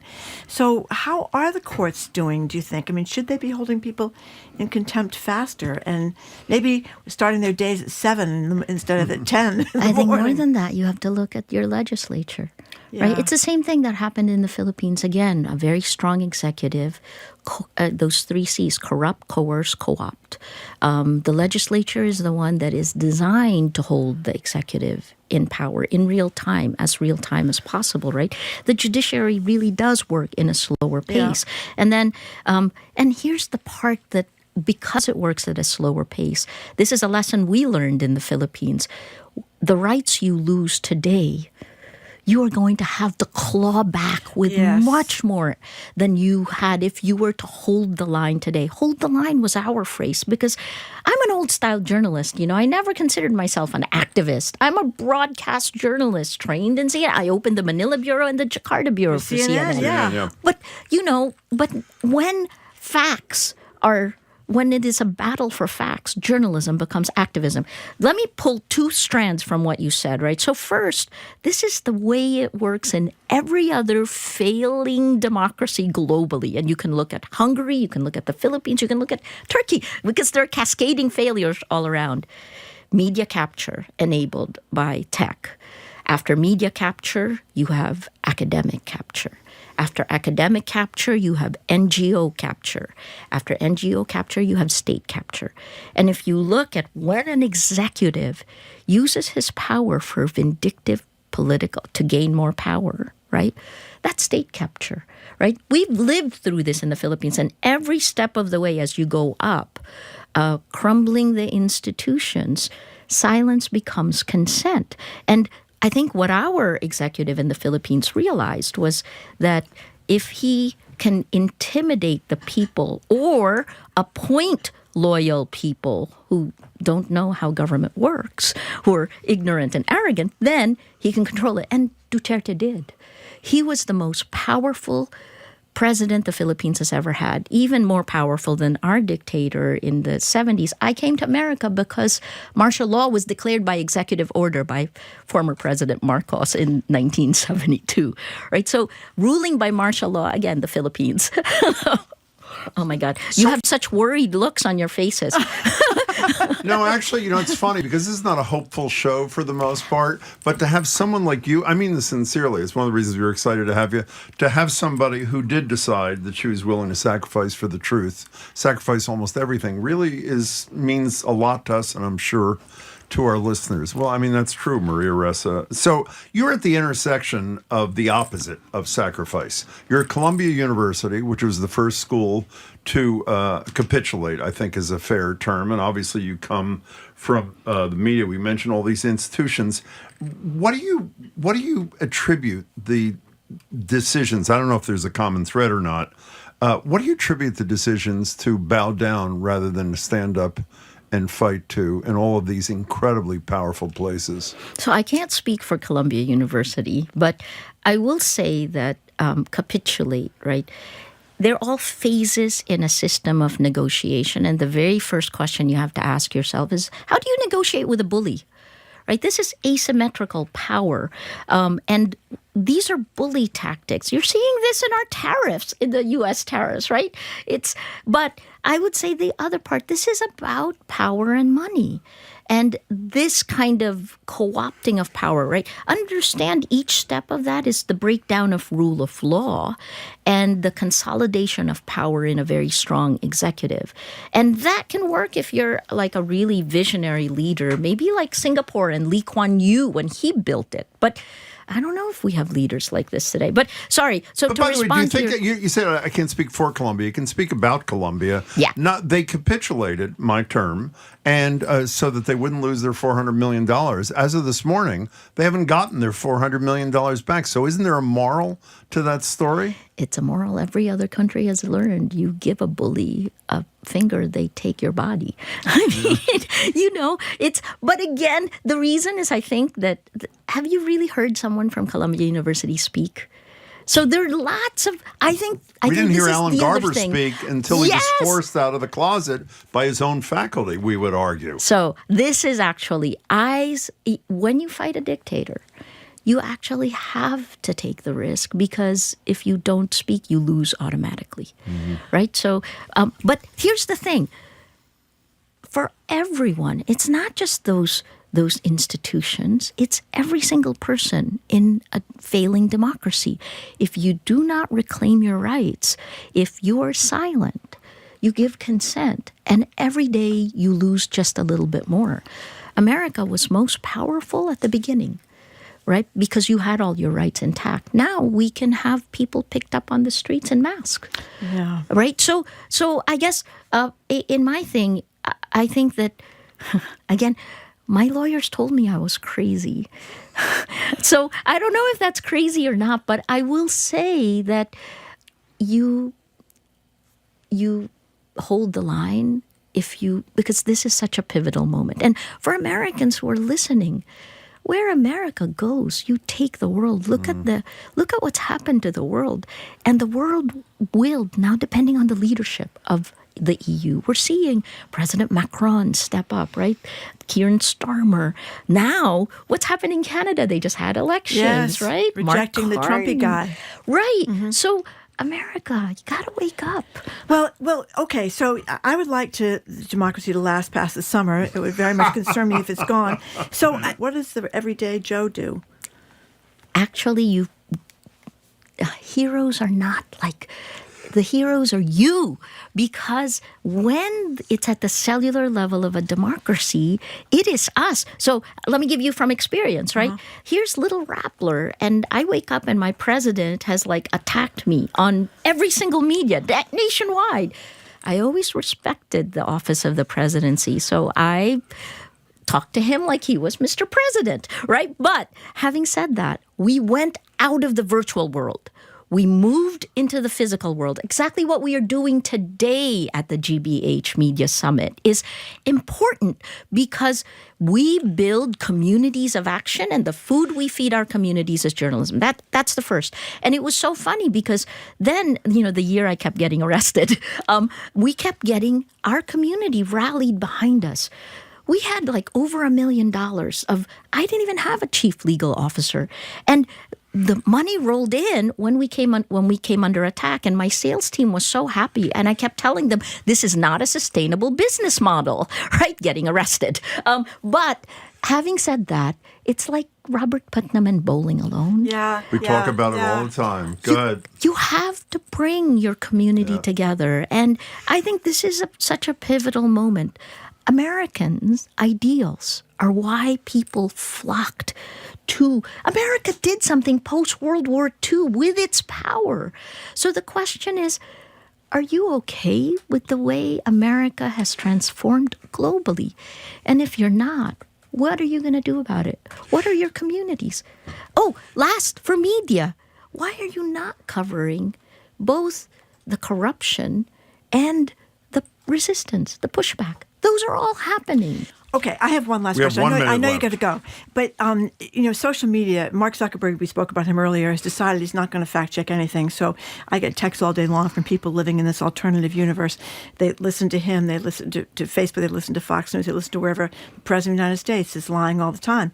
So what's to be done about that, this world of guilt and fear and hysteria and lies?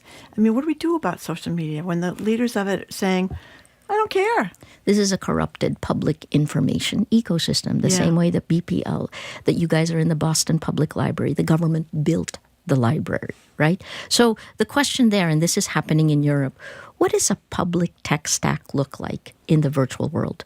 Because the ideal thing is that the laws in the physical world are echoed in the virtual world. But because of surveillance for profit, we're manipulated insidiously. 3 years ago, and Rappler is a partner of every single major tech company, including OpenAI, right? Including the LLMs. We haven't even touched that, but the enshittification of the internet literally is happening now, right? A year ago, Shrimp Jesus was trending number 1 on Facebook, right? So, I mean, we are going to entertain ourselves to death is part of it. So the question, 3 years ago, we began to build a matrix protocol chat app. We have elections in the Philippines on May 12th. I'm headed home today. And what we learned is that we need a public space where real people can have real conversations without being manipulated. And guess what? Our content moderation rules are like 10. They're the same things that you have in a public space. You can't scream fire in a theater, right? Those are civil things. And it is working. And my goal here, and again, because I'm tired of fighting Silicon Valley, you really have to look at the underlying philosophy of Silicon Valley, because it is against democracy and it is against you, every person on every one of these things. And sorry, take a look. No, don't be sorry. Take your time. Take a look at your terms. If you're on TikTok, you give away all your data, right? So what do? The Matrix Protocol chat app, we have an MVP in the Philippines now, but it is open source. It's oh my gosh, it's everything I've wanted to be. It protects your rights. There are no insidious manipulation of algorithms. But the last part is, what if we federate it? Connect to a login of a news organization and you federate news globally. I am making the bet that people cannot live in an environment where they can't tell fact from fiction. Look, the tech idea of personalization for commerce was the idea at the beginning, right? But now imagine if each of us in this room have our own personalized reality, right? Yeah. That's called an insane asylum. Literally, this is why the world is upside down. Our incentive structure is upside down. So let's restore this. That's what we're doing. We've rolled it out in the Philippines. We're about to begin building in Indonesia and then South Africa and Brazil. I'm starting in the global south. Because news organizations may not survive this time period if we stay in this corrupted public information ecosystem that Silicon Valley runs. Can you join us every day for a half hour? Maybe just 20 minutes every day at the time. Maria Ressa, it was so great to spend time with you, and we hope we get to do it again. No, thank you. Thank you for having me. But this is it. This is the moment. This really is. Like, if 2024, with 74 major elections globally, was when we elected our 72% authoritarian, this is the year. So think about it. What's important to you? What are your values? And live it. Maria, we hope to see you soon again. Thanks so much. Safe trip home. Good luck today at the summit. It's an honor to meet you. Thank you very much. Thank you for having me. Being Pleasure. Here. That was our conversation last week with Maria Ressa, the Nobel Peace Prize winning journalist, Columbia University professor, and CEO of the Rappler. Coming up after a quick break, we end the show with the real king of New England, at least, the Dunkin'. That's right, Dunkin' Donuts' 75th year anniversary. Give us your best and worst stories from Dunkin' Donuts, coffees, foods, etc., etc. You're listening to Boston Public Radio, 89.7 GBH, streaming at youtube.com/GBH News.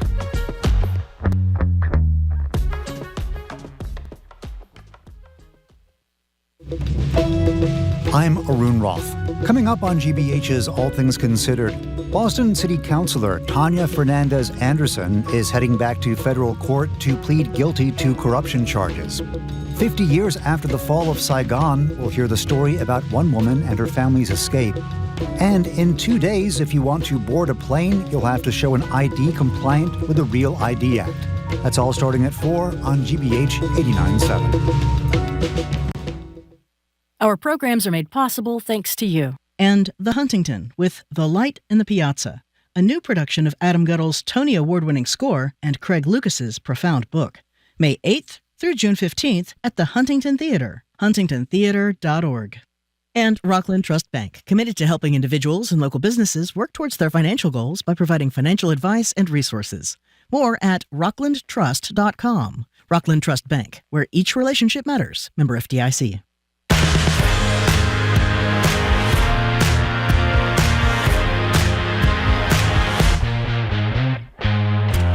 Welcome back to Boston Public Radio. Jim Browdy and Marjorie Egan. I have to say, I don't say that many good things about Marjorie. I want to compliment her. She is pioneering the 25-minute workday, and I am. It is really, it's like revolutionary. It's refreshing. You know what people have Time said? for a nice lunch beforehand. And breakfast beforehand, obviously. That's right. Here's an anonymous texter. Is that white smoke atop the GBH building? Marjorie Egan has returned. That's right. I'm Mara back. from Sturbridge. Wow, Jim, you can breathe now. Marjorie's here. And another anonymous texter, tell Marjorie to take the bus lane. She's taking so long to come in. Well, she's here. We're streaming youtube.com/GBH News. What? You know, you could just talk endlessly while I wasn't here, so it was kind of a high moment for you, Well, Jim. some people think I talk endlessly when you are here, so what the hell's the difference? In any case, we're thrilled you're here. This year, Marjorie knows this too, marks some great anniversaries. Number one on Marjorie's list, obviously, is the 79th anniversary of the President of the United States. There'll be the great military parade on June 14th. And it's been some 250 years since the American Revolution and 75 years since the birth of another New England revolution, Dunkin' Donuts being founded in Quincy. The latter two of these, as we are perpetually reminded, go hand in hand because America runs on Dunkin'. So for the rest of the show, we want to hear from you. 877-301-897. Do you live on and love Dunkin'? Why? Some people think the coffee is watery. The bagels are just bread shaped in a circle. The donuts aren't what they used to be. And then there's the avocado toast, a whole other story. Is this simply a New England holdover from self-loathing Puritan days, a belief we don't deserve something better for we're all sinners? Or are you of the belief this is the working person's coffee shop? You love the coffee. You love the donuts. What is that thing that was reviewed in the Globe? The pretzel. I never even heard of that pretzel before. roll. Yeah, the ham and Swiss pretzel sliders. Whatever. Who wrote that? Was that Carabaskin? Who did Carabaskin. Carabaskin, yes. etc. So we want to know, what's Dunkin' mean to you in your life on the 75th anniversary of the thing there? 877-301-8097. I'm embarrassed to say I don't even know where you are. Well, let me tell Dunkin'. you, I was very disappointed when we had to lock the back door because we used to be able to go out the back door just a few offices down, right to Dunkin' Donuts, right across the street. Yeah. And you know, you can get the coffee is very weak, but you have to get a shot of espresso in there. Yeah, they have a special name for it. I forget what they call it with the shot of espresso. That's what you have to get. It's called espresso, I believe. No. There's a special name for an extra shot of espresso in Dunkin' Donuts. Whatever. Someone will call with the name. Go ahead. And you know, who doesn't like a Dunkin' Donuts?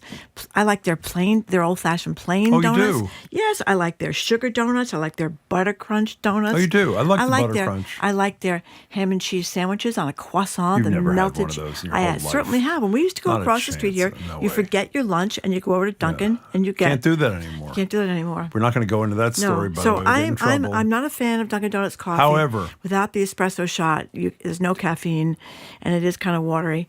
But I like the donuts. You know what I like? Do you like the donuts? I like the wraps. Have you ever had a wrap? No. You have a wrap. It can be a vegetarian wrap, not a vegetarian, a meat-free kind of wrap. It's like $1.89, which is a very nice price for that kind. I mean, admittedly, it's like one bite and you finish the wrap.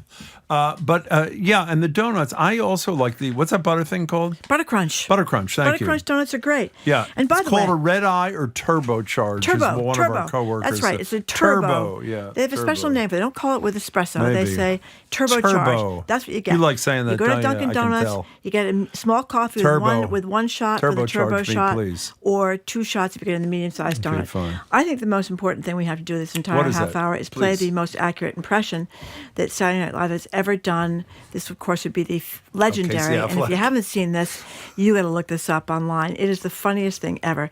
The Dunkin' Donuts commercial featuring Ben's little brother, Casey Affleck. Love Dunkin'.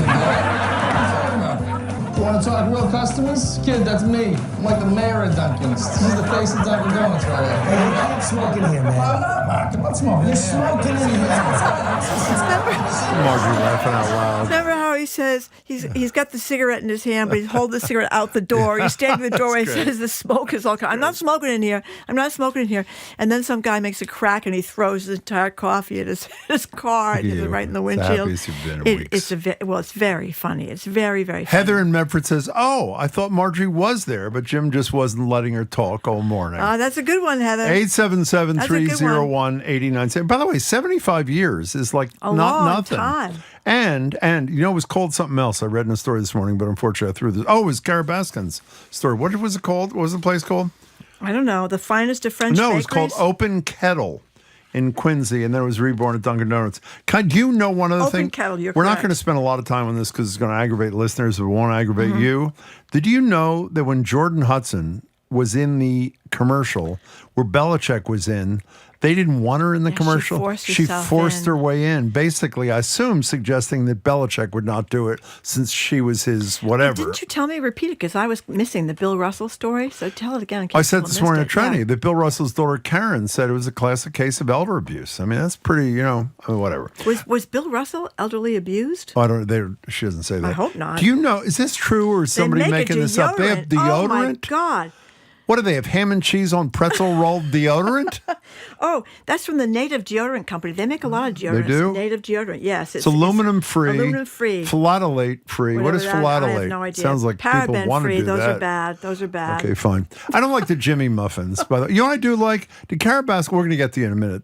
One more second. She said is it the chocolate covered donut that was number one on her list? She thinks it's the best. The chocolate frosted donut. I've you know never what the problem had is? that. It gets all over your hands. Do you know what I mean? Yeah, I like the plain glazed donut. You like the plain glazed. Yeah. Especially if they're when you go to Dunkin' Donuts, you have to look at which shelf has the most donuts on it, because that means that they're the newest. No, if it's full, if the tray is full, or people haven't eaten them. Yeah, but they would eat them if they were popular. That's what you got to do. You don't want to ever buy a donut if there's only like 2 or 3 left on the rack. You want to get the full rack. That means they're the most recently cooked. Wow, you really know your Dunkin' Donuts. I spent a lot of time in Dunkin' Donuts. Well, you're like a free. Where are you from again? Fall River.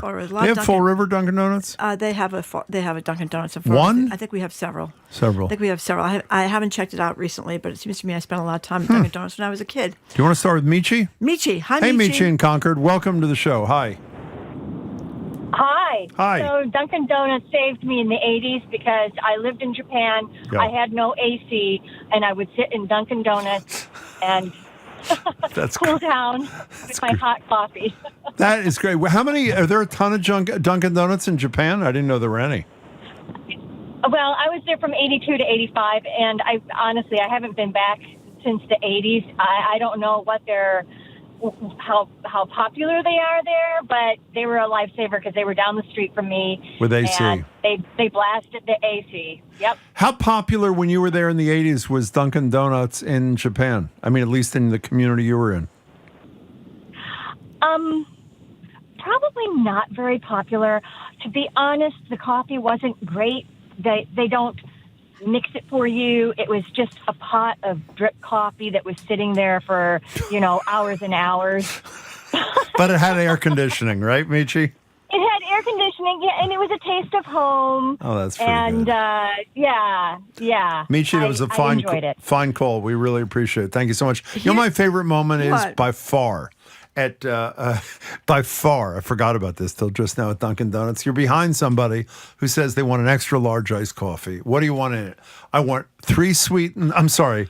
I want skim milk and 12 sugars. Yeah. That's what I was trying to say. I didn't get it out very well. Yeah, that always cracks me up. Yeah, thank you. This is Donna on the road. I usually go through the drive-thru, but the other day I actually went inside a Dunkin' Donuts and found the smell intoxicating. Yeah, it is. I think they should make a perfume. Now, somebody else said they had frozen It's not donuts. the coffee. I don't think it smells. It's the smell. It's the sweet smell from the donuts.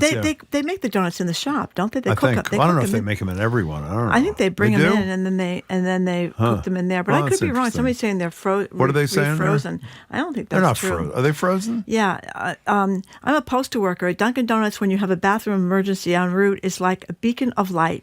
Yeah, it's not the best, but it's a New England icon and great in a bathroom pinch. Yeah, but you know what the problem is, What's the though? problem? I have some expertise around bathrooms in public places because it upsets me that you can't use them everywhere. Yeah. Go to a Dunkin' Donuts where they're concerned about security and they have to buzz you in to the bathroom. So you have to go to the front thing and say, can you buzz me in the bathroom? Everybody's staring at you. You go to the bathroom, they buzz you. You didn't open the door quickly enough. You got to walk back to the front, say, can you buzz me again? You know what I mean? I mean, it's really... it's a terror deal, as you would say. It's a terror deal with the bathrooms. Well, Starbucks, a lot of times, they still have bathrooms in all the Starbucks. I'm not even sure if they do. Abby in Cape Cod, thank you for calling. Hey there. Hey, guys.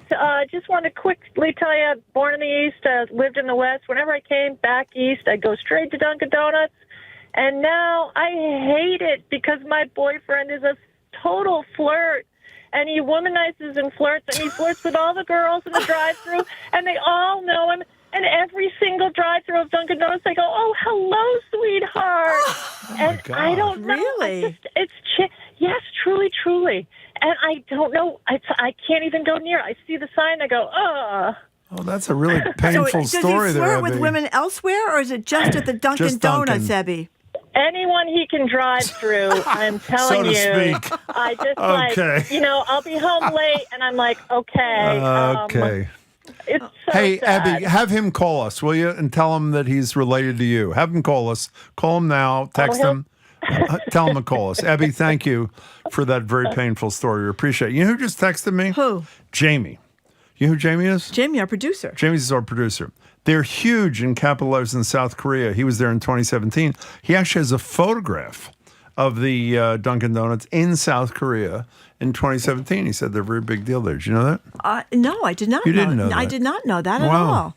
Sheila from North Attleboro just loves Dunkin'. Just lifetime Dunkin' lover. Coffee tastes delish. Starbucks tastes like dirt. Wraps and hash browns are a good lunch. Yum donuts. Can I say two things? What? One, Starbucks coffee generally, while richer, tastes burnt almost all the time. Yeah. And you know the other problem? What is the other problem? I was just going to say with you. Oh, you know what I used to do? I'm most embarrassed to admit this. When I first met you, we started, I don't know if you know, we've done radio for 26 years. Long time. You know what I was drinking at that time, which I'm not proud of? French vanilla Dunkin' Donuts. Flavored coffee is Flavored really coffee. the dregs. Very bad. I mean, that's almost Don't like it. embarrassing. Yeah, Isn't it's almost bad. embarrassing. It's very it is bad. embarrassing. That's very bad. Jennifer in Fitchburg. What do you think, Jennifer? Hello, Jennifer. I hate them, but I go there every day because they're the only game in town. Oh. And I drink decaf, and it always tastes old and burnt. And their donuts, they've got rid of all the bakeries like inside the Dunkins around here, Yeah. and they do it over on Devon, and they just ship them out, so they never have anything. You know what I mean? 'Cause they only give them. They're like limiting. Oh, here you get 3. You know, you just know the one gets 5. And the specialty donuts are $1.19. Don't get me going on this, right? It's ridiculous. They want $2.19 for their specialty donuts. So because you put a stinking donut hole in the middle of the hole and put some legs on it, call the spider, I'm paying $1 more. It's absolutely ridiculous. So, Jennifer, I can't stand it. is That this was like a a love-hate great relationship kind of thing, right? review. It is. Wow. I'm like, I have to. You have to go to them because there's no one else around. You know, There's not like a there's two other local ones around. independent in Fitchburg, like a coffee shop? There's a gourmet, but it's out of my way Oh. to either one of my jobs. Like, you know what I mean? Like, if I got to go this way to one job, this way to the other, and I'm habitually late, so You can't be like 10 minutes late walking in with a big gulp, you know? I got it. Hey, that was an incredible indictment. Thank you for sharing it with us, Jennifer. We appreciate it.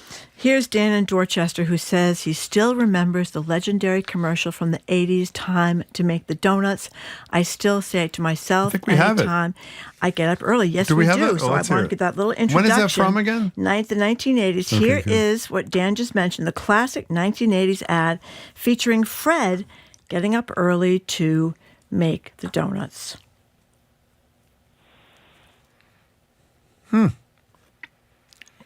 It was It's a silent frozen. commercial. No, it was a silent. No. Silent We'll have to commercial. come back when it's not frozen. I think we want won't, to hear that when actually. it's unfrozen. Let us know, and we'll play it. So let me ask you a question. Yeah. You've worked 12 minutes today. You worn out? How you doing? I'm exhausted. You doing okay? It's a tough job, Jim. Okay. It's a very tough job. Someone's got to do it, though. Do you know that? Somebody's got to do it. I think you're the now, one for another the job. texter says if you're up pre 7 a.m., they only game in town. But I think Starbucks open at 6:30, don't they? I think really so. don't know. I think it's an individual kind of experience. Individual kind of you know thing. What I mean? Okay, and from Hartford, Nick from Hartford, Connecticut. Hi, Nick. Hey there. How you guys doing? Hi, Nick. Welcome. As a transplant to New England, I don't go there often because I try to support local chains. I'm kind of a coffee snob.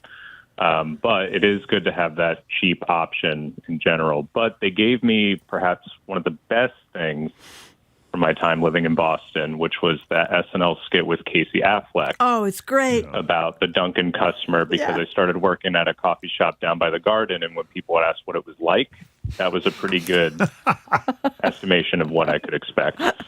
Were you listening when Margie played sound from that a couple of minutes ago, Nick? Yes, and I watch it. Oh God, I can't tell you however many times. Me a year. too. It is great. Me too. It is hysterical. I just love that commercial. Hey, Nick, thanks for the call. Didn't he get in some trouble? Was he engaged in abusive behavior or something? Allegedly, I think harassing Oh, that's people. too bad. Yeah, he was in that movie that was a really With his good brother, movie. right? Didn't he win an Academy Award for that? I think he won Best John. Did he win the Academy Award for that? Manchester by the Sea. Whatever the hell it was. Okay, so that was a tough anonymous movie. texters, vanilla coffee, Jim.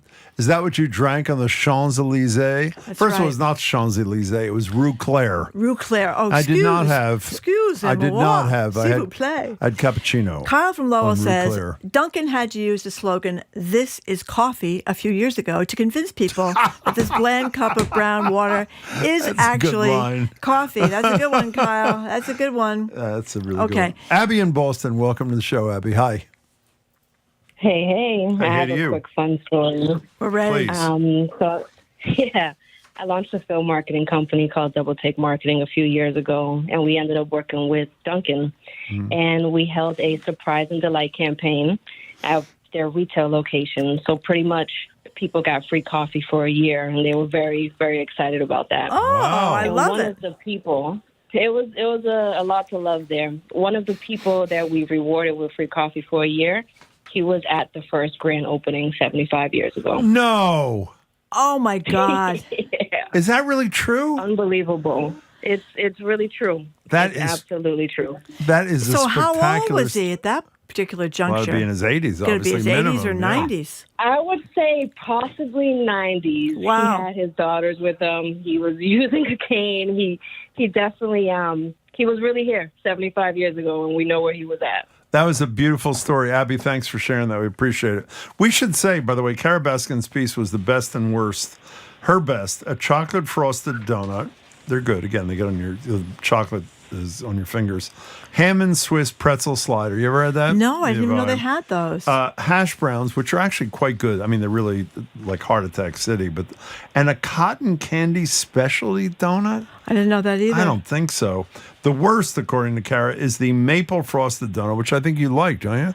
No, I Good. don't like any of the frosted Jelly donuts. donut. And the worst, you have to admit, because the bagels are atrocious, egg sandwiches. You ever had an egg sandwich No. on one of those bagels? No. That is, it's like a piece of bread in a circle.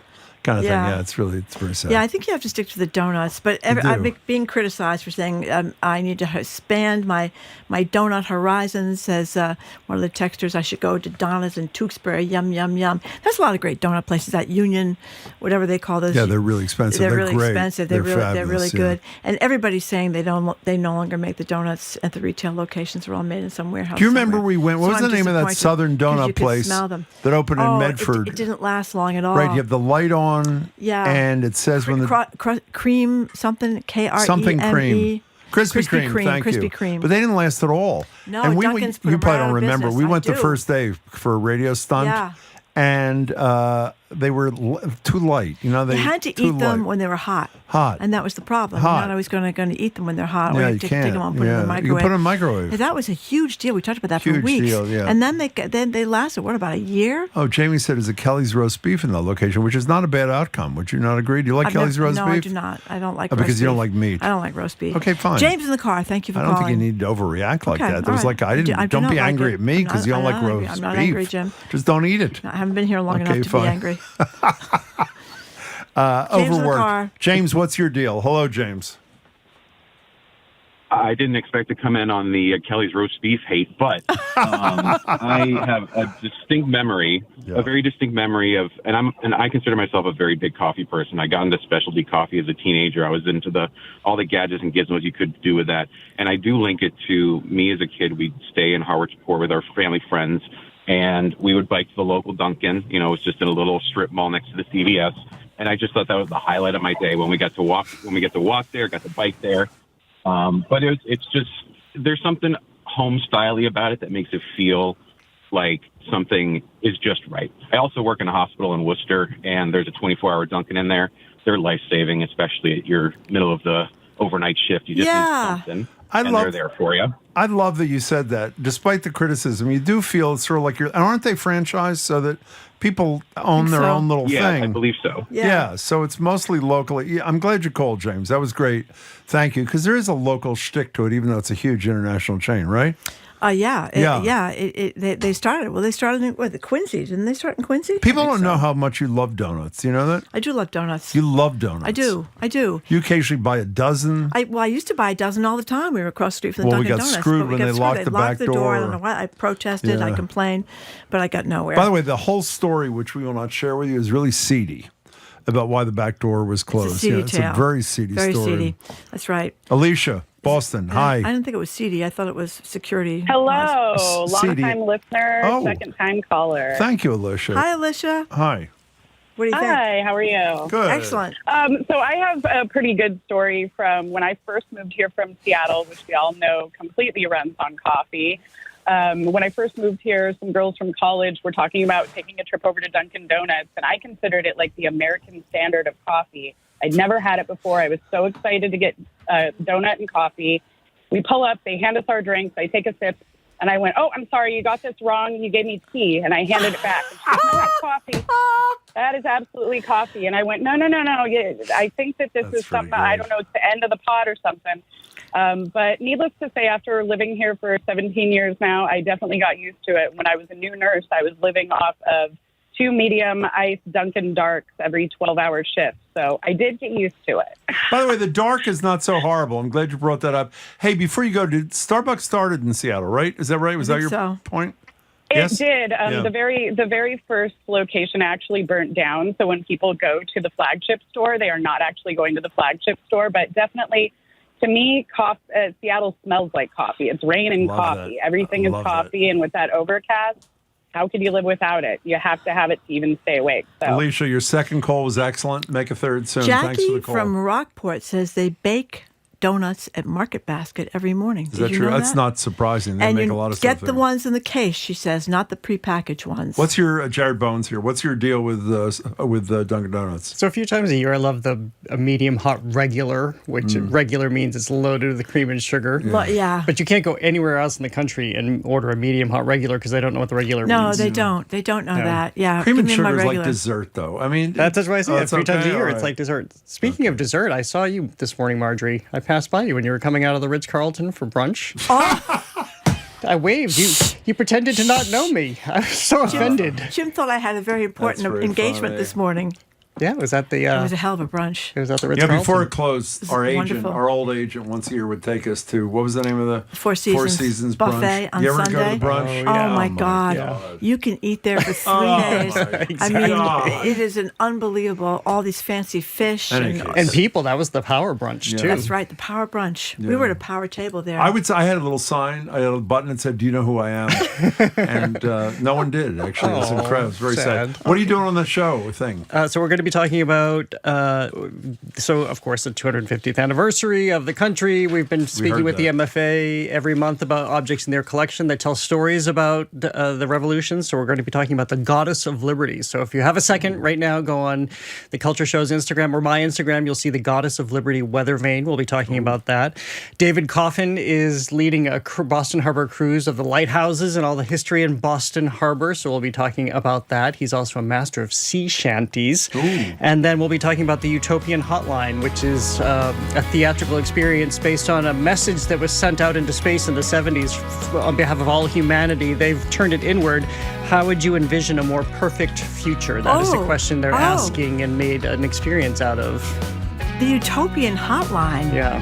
Boy. I wish I had the number handy. I would give it to you right now. Yeah, we need the More number. perfect future is you show up for the whole show. That'd be great. I am not waving to you the next time. You're waving to me at the Ritz-Carlton. 2 o'clock, Jared Bowen. There was very important people with me See you at later. Ritz-Carlton this morning.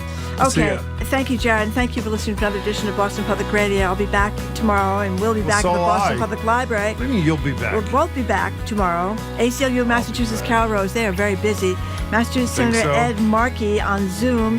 Boston Foundation's Lee Pelton, and author and reporter Chuck Collins on Hanscom Field expansion and the resistance to it. We still haven't gotten an answer from the governor about this. Our crew, Zoe Matthews, Aidan she doesn't Conley, make the Nicole final Garcia. decision is her point, but go where ahead. she stands. Yeah. I don't think she's told us where she stands. Has she? I don't know. I don't think so. No. Okay, Hannah Loss as well. Our engineer is John the Claw Parker. Patrick Lally ran our YouTube stream today. Our executive producer is Jane Bologna. The Culture Show with Jared Bowen is right after us on 89.7 GBH. Sorry I was a little late today, Jim, but, important people have But you important made things your to do. 25 minutes really count. That's I right. think you really did. I'm Marjorie Egan. I'm Jim Browder. Thanks again for tuning in today. Hope you can tune in tomorrow and have a great afternoon.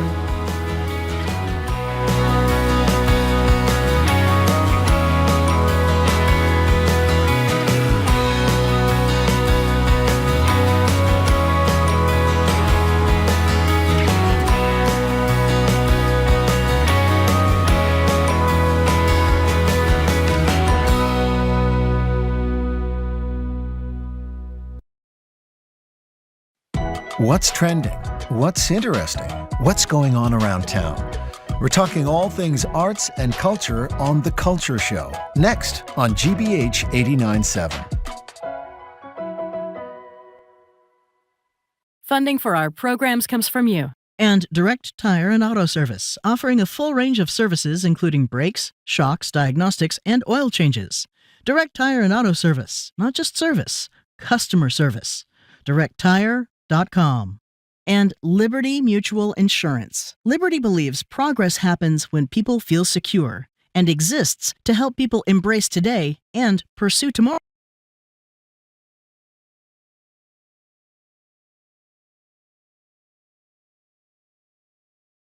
HD1 Boston, online at gbhnews.org.